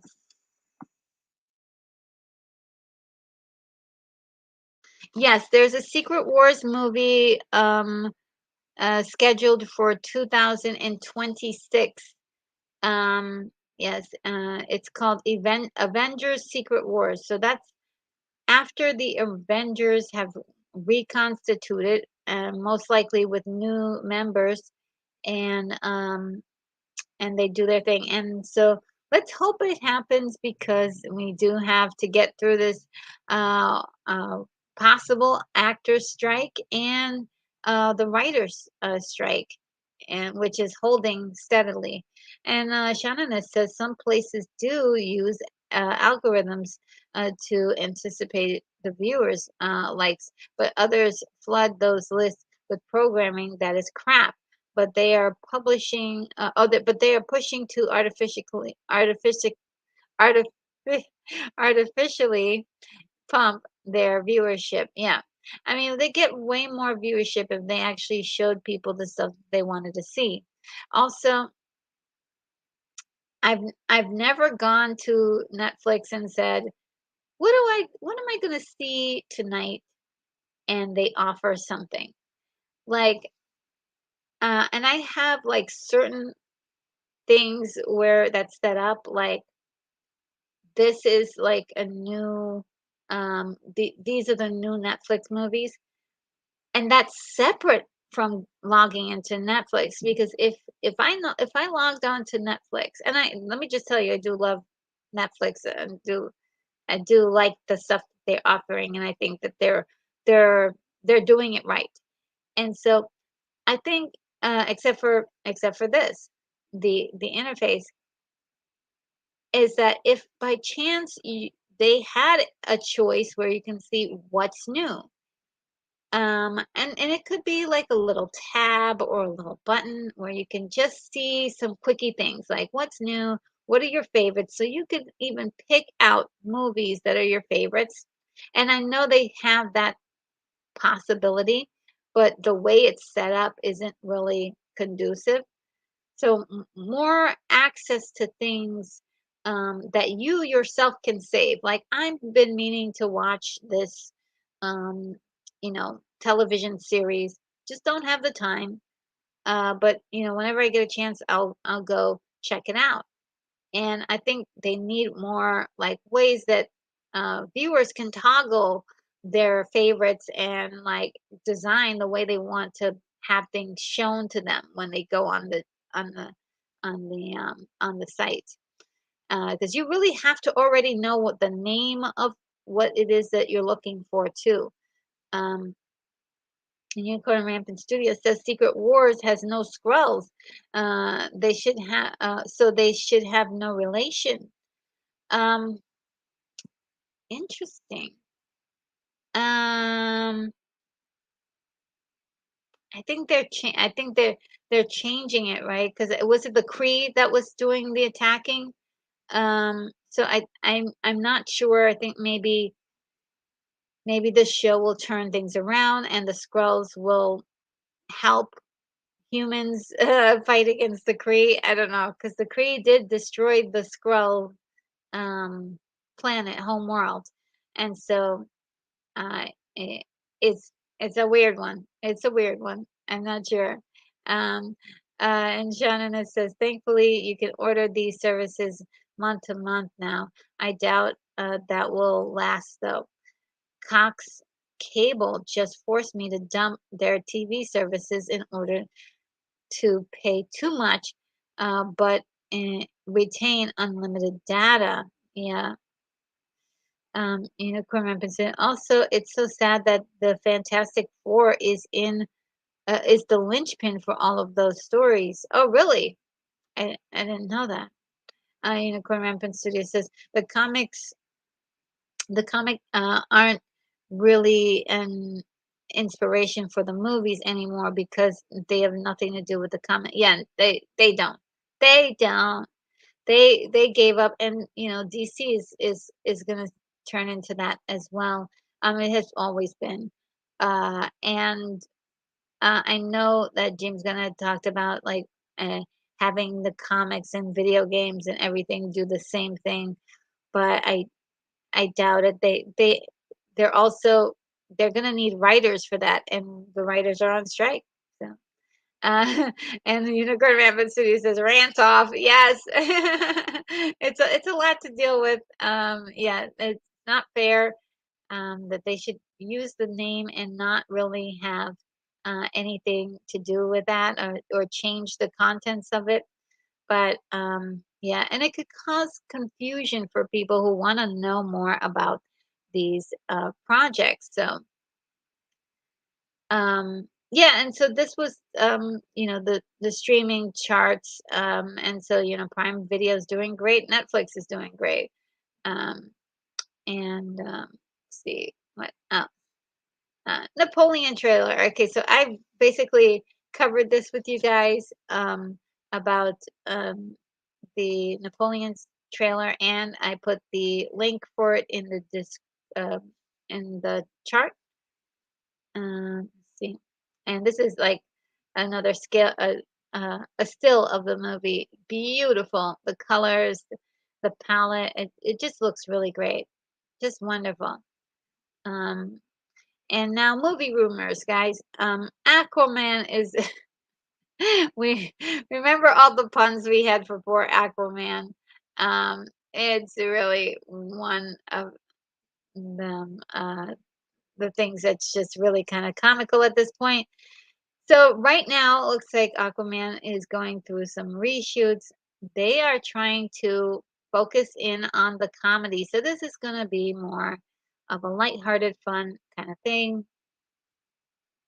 And maybe this is the right way for them to go in order to save this movie.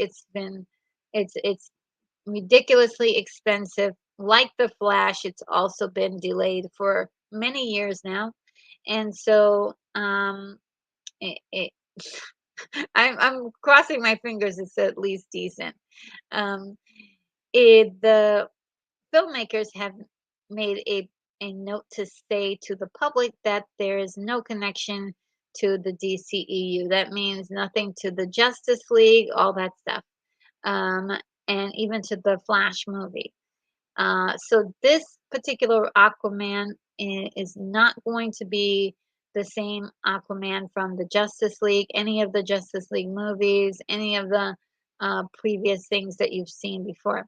Now, what I'm wondering if he is the same Aquaman that is at the end of the Flash movie that the Flash talks to. And so no, I'm not sure if that's what they're trying to work in, but also you notice that he's wearing a different suit. And so that could be part of the reason to create this kind of physical look for him. It's different than the first one, so this is like a completely different Aquaman. It may be a great idea just to see if that helps this movie along a little bit, that it's not completely drowned in a sea of what looks like boycotts to do with uh, you know, DC films, and the fact that they're not people are not liking the connection to, um, it looks like that people are just not liking the way that the DC films are going, and so there seems to be a boycott of that, but the Flash had many problems with it. And Aquaman also has quite a few problems with it, with Amber Heard being one of the stars of the movie, and her past um, history being an issue. And I actually don't think it should be. I don't really. What's good. I think it's not fair to judge the movie like that. There are hundreds of people who are working on this film, and what was going on with her happened to be in her private life, so there's that. And I think people should give this movie a chance, but it's very interesting that they're going to try to keep the tone or change the tone to something that's more comedic, in order to get the get people in the door, so to speak. So they're doing a bit of putting out fires, or whatever you you might say. And the previews of people who have screened the movie so far, they haven't been the screeners results have been pretty bad. That's the rumor. And so Sean Ennis is saying a friend of mine works for NBC and is convinced Peacock is doomed. I know. I now agree despite their new original programming. Yeah, I mean, I hardly ever hear anything about Peacock, and the few shows that they do have, which I believe they may have like an award show, it was almost impossible to get to any of their special event programming, and um, it's sad, but I think there may be some problems, or just like not not reading not understanding how to reach customers. This is the same problem that that TMC is going through. Like these traditional channels, like just not being able to understand how social media is working, how new media is working, how to reach people. They've got to learn how to do those things in order to compete. And oh gosh, give me 1 second. I'm having an attack, guys. Give me 1 second.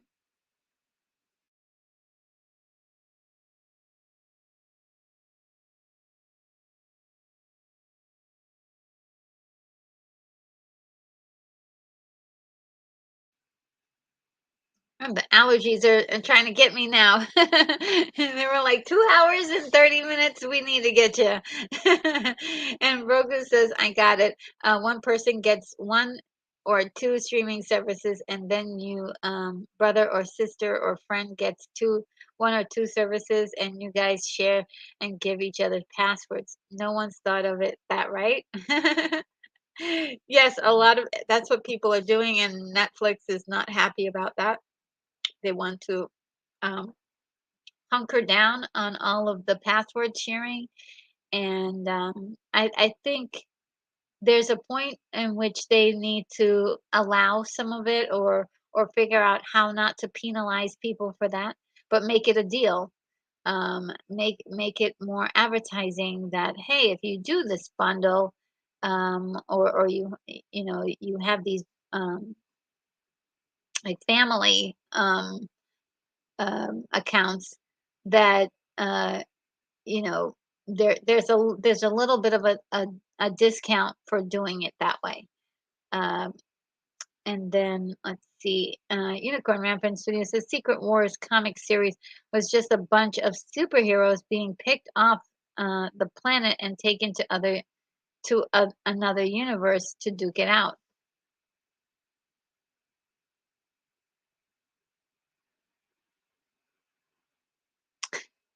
Yes. Oh my God, it's coming back. Yes. Yes. Um, yes, yes, yes, yes, yes. They were being taken to that planet so they can fight, right? Um, and they did something like this in DC as well. But I'm not sure if okay, let me look and see if they have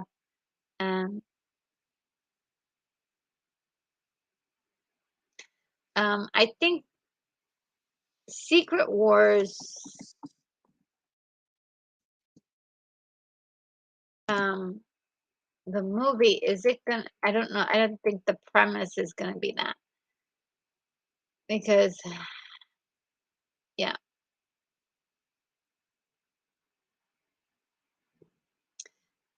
Yeah, because I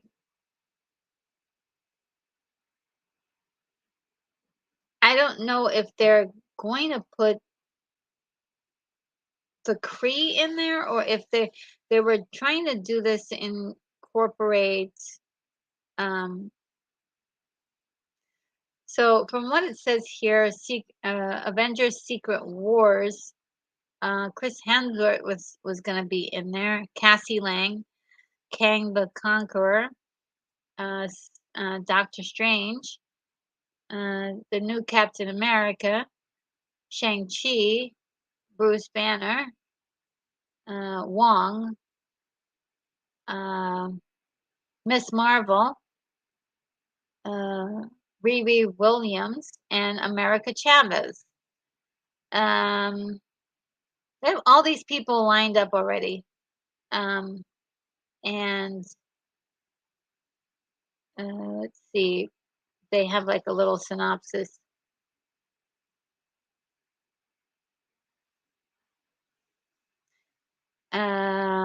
No, they don't have a synopsis for me. Because sometimes they'll have like a little synopsis, but they don't have a synopsis yet. Well, yeah, I don't know.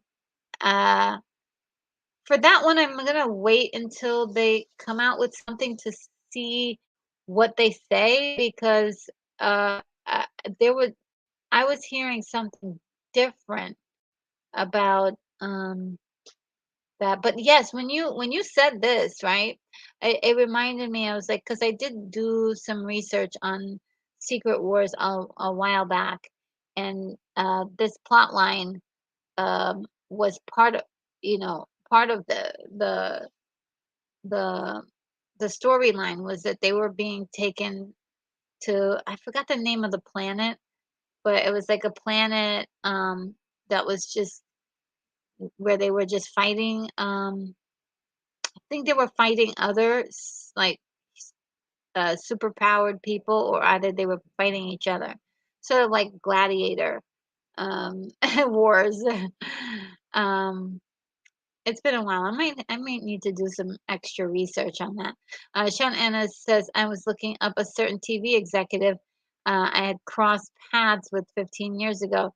She almost got tapped by Amazon for a bug role with their production arm. I'm glad she wasn't hired. LOL. Oh, okay. I'm trying to. And Shannon is, it's funny how the services are trying to block account sharing. Yeah, I mean, they'll never block it. And I think the key would be to work with people in order to make it easier for them um, to share. Make it easier. Make it easier. Uh, offer up a deal. Sean, and it says they even offer free trials when you try to cancel. Yeah, they all do that because they don't want you to cancel. Chaos Gaming Theories here. Hello. Says sounds like Ragnarok. Ooh. And and Unicorn Memphis Studio says, you remember. Yeah, I do remember it. I can't trying to I'm gonna need like a refresher. And which guys, if you ever have any problems figuring out the storylines to comic books or like huge comic book issues, do uh type it type in the name in YouTube and you will be able to find as so many detailed rundowns of comic book runs, if you will. Like they'll give you the details about all of the stories. If you just don't have time to read like 45 comic books. And Shannon says, when I last worked with A&E, they were being really clumsy with their on-demand meta information. Even then, is a, it's a it's a wild west kind of feel, but it's made worse by industry idiots. And Shannon says, isn't that where the origin of the Spider-Man Venom suit? Um, the Spider-Man Venom suit came from in the comics. And Grand Rampant Studios is correct. It's the entire origin of Venom. Wow. Um, Unicorn Rampant Studios, the antagonist is a cosmic being named the Beyonder. Yes. Okay. This is yeah. This is like bringing back my memory of this whole thing. Um, Which reminds me, hey, look, our resident comic book expert is definitely Unicorn Rampant Studio. Rogo says these executives make terrible decisions. When they got HBO, they changed it to HBO Max. Later on, sold it to another company that thought that brought it that bought it and called it Max, even though HBO is more recognizable. What? Yes. Um, it is a shame that they got rid of the HBO, and I can't, no words to say what a terrible thing that to lose HBO. Um, and to name it Max, which means nothing. HBO. It was supposed to be like HBO plus other things. So this is basically plus other things. That's that's all it is plus H other things. Oh my god. Unicorn Rampant Studio says the planet was put together from pieces of other planets. Um,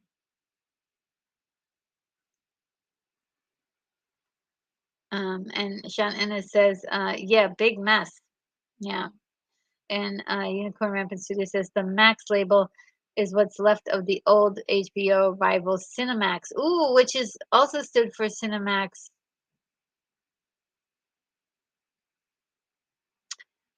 A Cinema X, a more adult version of cable. Thank you, Unicorn Rampant Studio. Wow.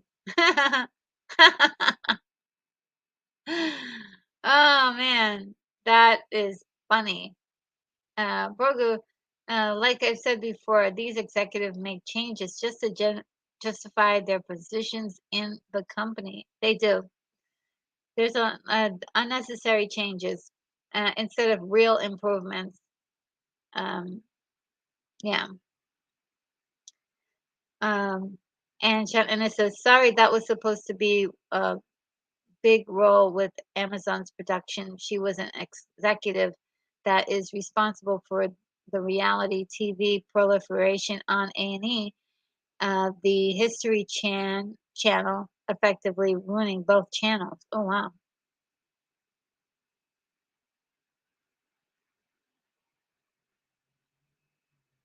And see, um, Yep, we talked about doing two, and I was going to talk about the trailer, which we've already seen. Um, and is there other trailers that um do you guys know of Babylon 5? There is a trailer for that. There's some new project they're doing. Um, and let me see.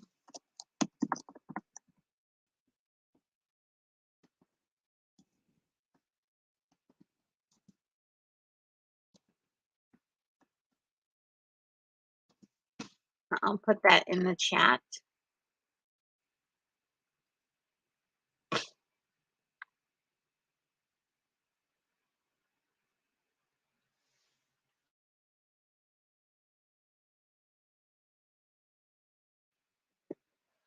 All right.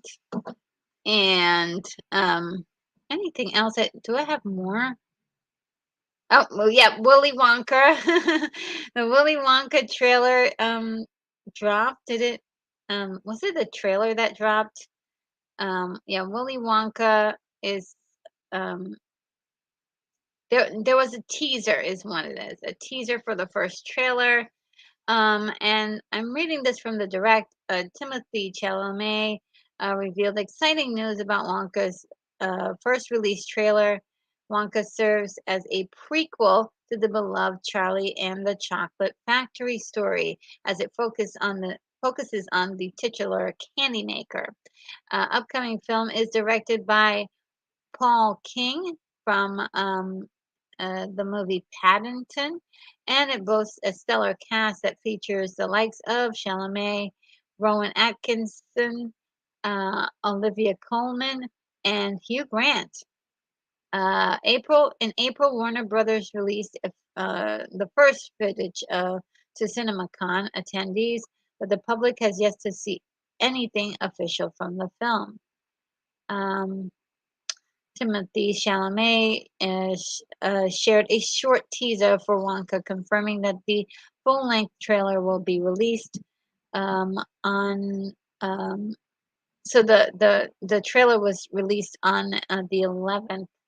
Let's see if I have. No, I don't have a link for that. Um, I do have a link for the the teaser though.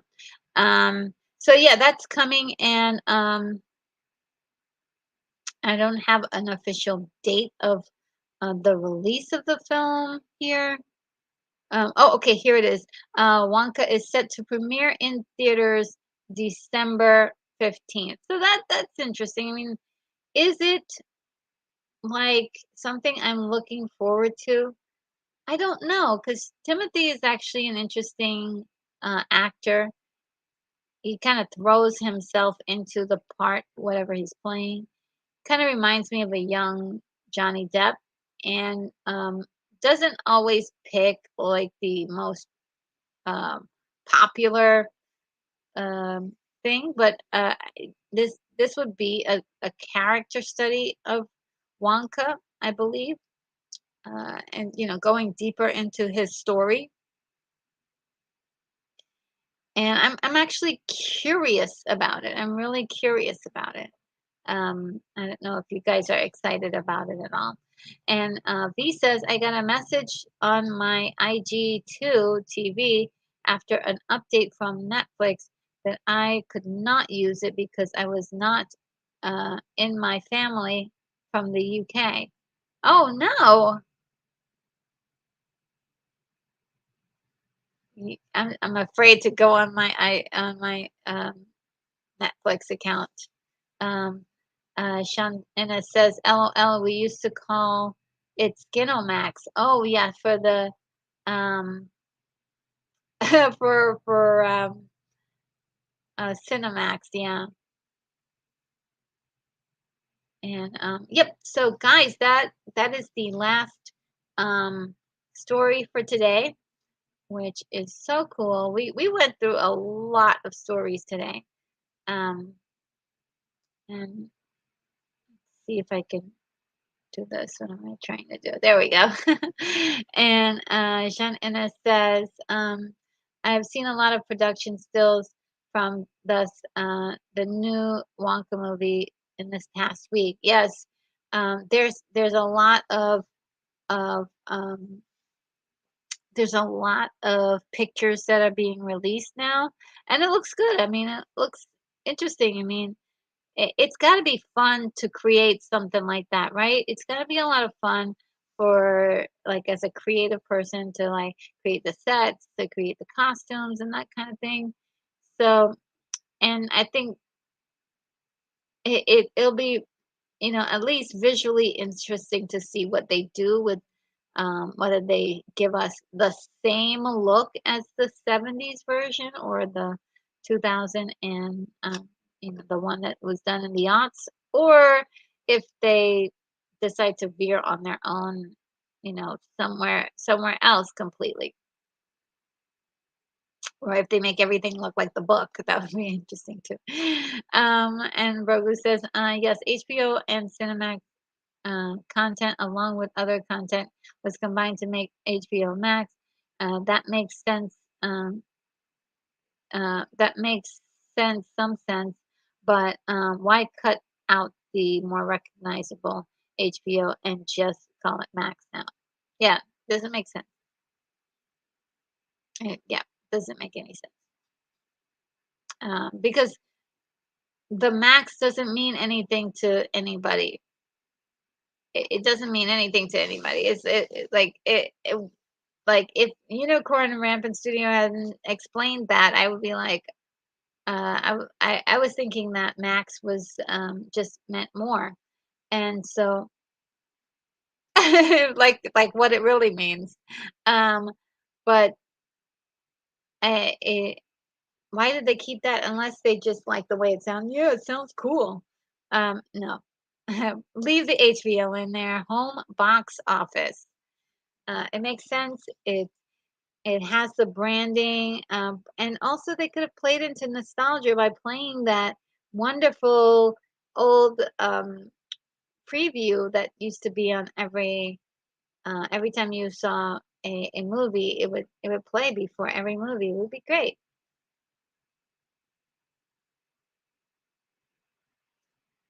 And Bonzo Kilborn is here. Says last story. I just got here.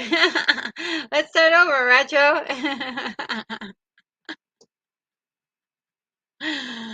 Oh man. Well, you can go to the beginning. But these allergies are starting to get to me. They're attacking right now. But yeah, I mean, it is. I think I've gone through pretty much anything. But if you have a story you want to share, let me know. And Brogan says, no, we owned Time Warner. Um, uh,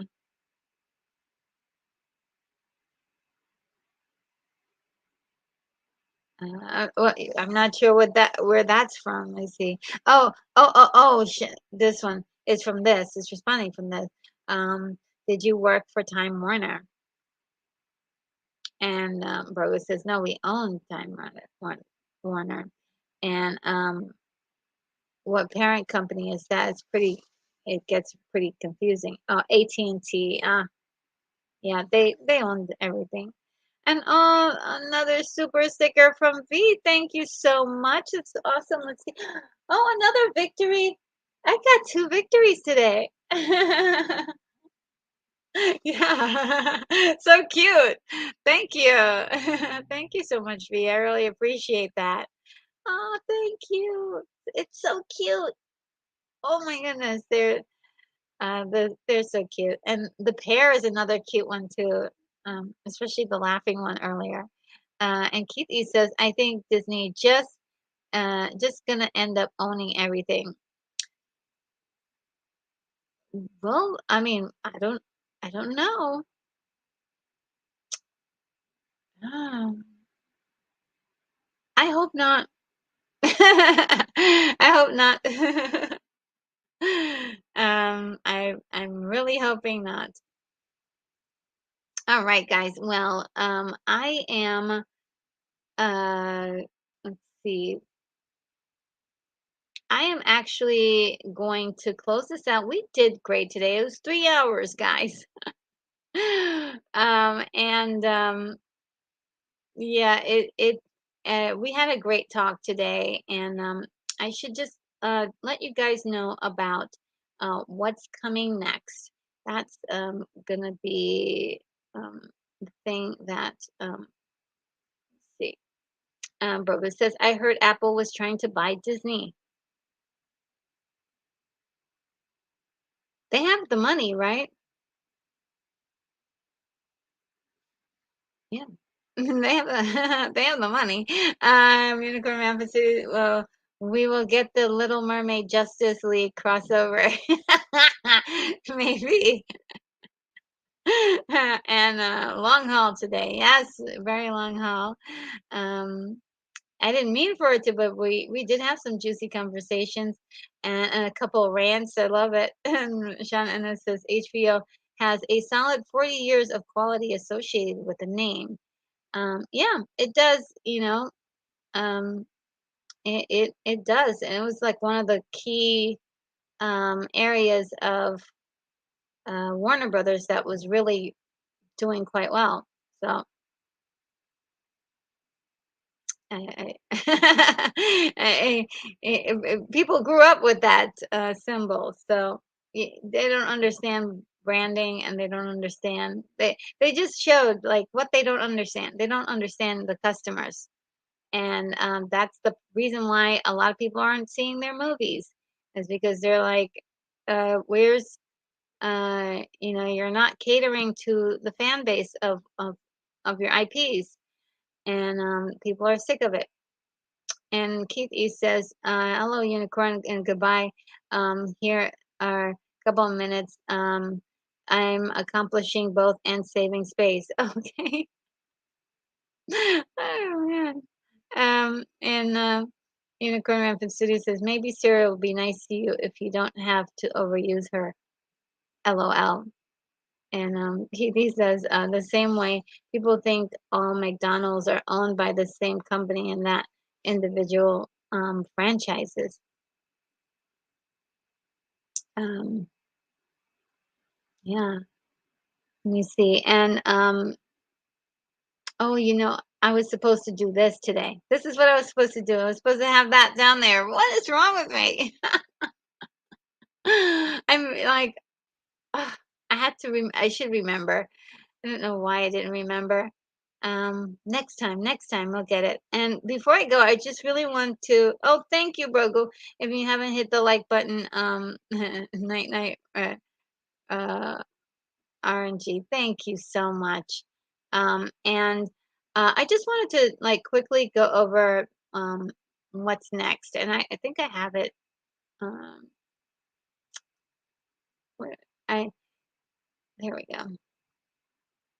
Just wanted to uh, go down the pipeline here.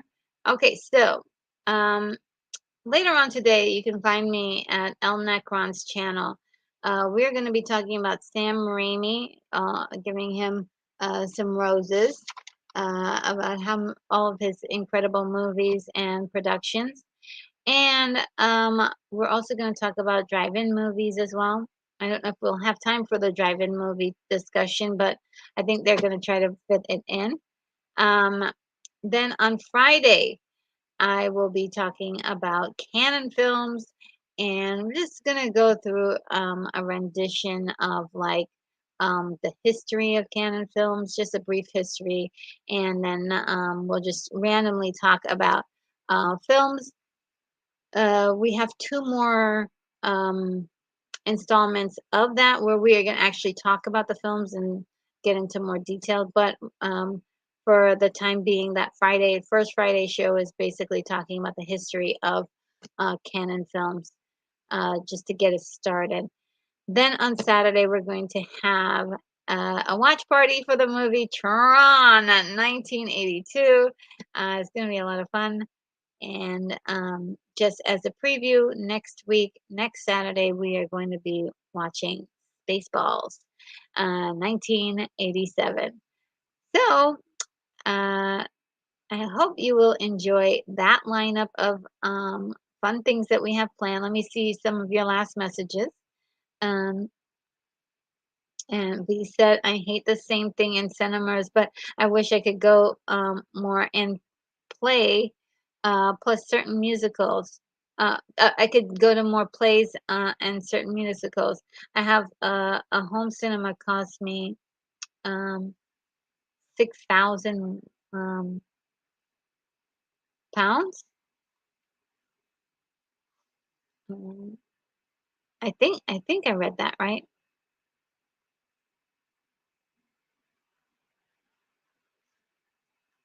All right. And Shannon it says, enjoy the rest of your day. Everyone cheers. Glad to have you with us, Sean. Enjoy the rest of your day as well. And Keith E says, when my pet when my pet hippopotamus goes to the movies, he buys the 250 bottomless dollar bottomless popcorn bucket. Oh my God. Is that a real thing? And Unicorn Rampant Studio says, Hooper says, put it on my tab. And Keith E says, except when he goes to Disney to a Disney theater, then he says, charge it to the mouse. And Unicorn Rampant Studio says, Tron, yes. Uh, and or it's on the mouse. Nice one. Um, so am I enabling our hippo, your hippo. Um, it's the only real thing in Hooper's world, and we're getting ridiculous now. RNG, yeah, lots of fun happening in the chat. We are gonna need like a little like animation of Hooper and or something to that effect because he's becoming part of the channel as an honorary part of the channel. Amazing. All right, guys, look, I am going to play the outro video. And in the outro video, I could say goodbye to any of the friends that you have in the chat and also any last messages you have for me. I am super excited about the other videos that are going to be coming out this week and the live streams that are coming out this week. And oh, by the way, I hope you guys have seen my latest video. And if you haven't, I need to make sure that you have a link to it. So give me a second as I get that link for the recent video that I've done, which is a review on The Dark Crystal, one of my favorite movies. It's directed by Jim Henson and Frank Oz. It's one of the most fantastical fantasy movies that you'll ever see. And if like I said, I hope you've seen it, and I hope you have seen my review. So let me just type that in there. The Dark Crystal.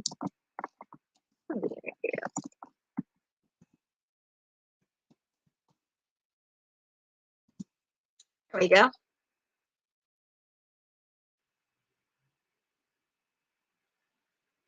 All right. So for any of you guys who haven't seen it, there it is in the chat.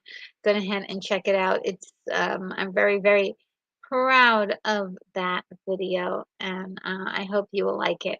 Let's see. Let's see. I know that there's a symbol there.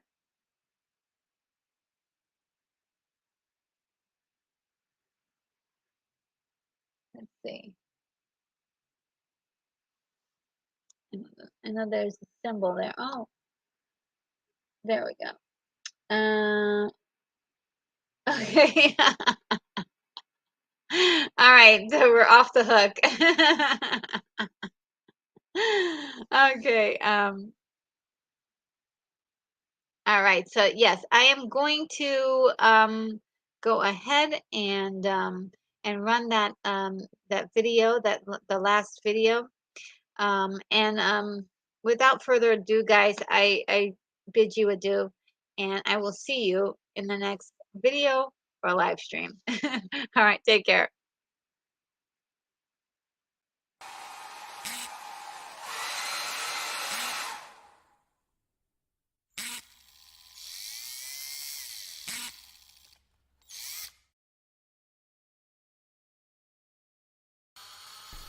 Retro Nerd Girl, you are clear for takeoff.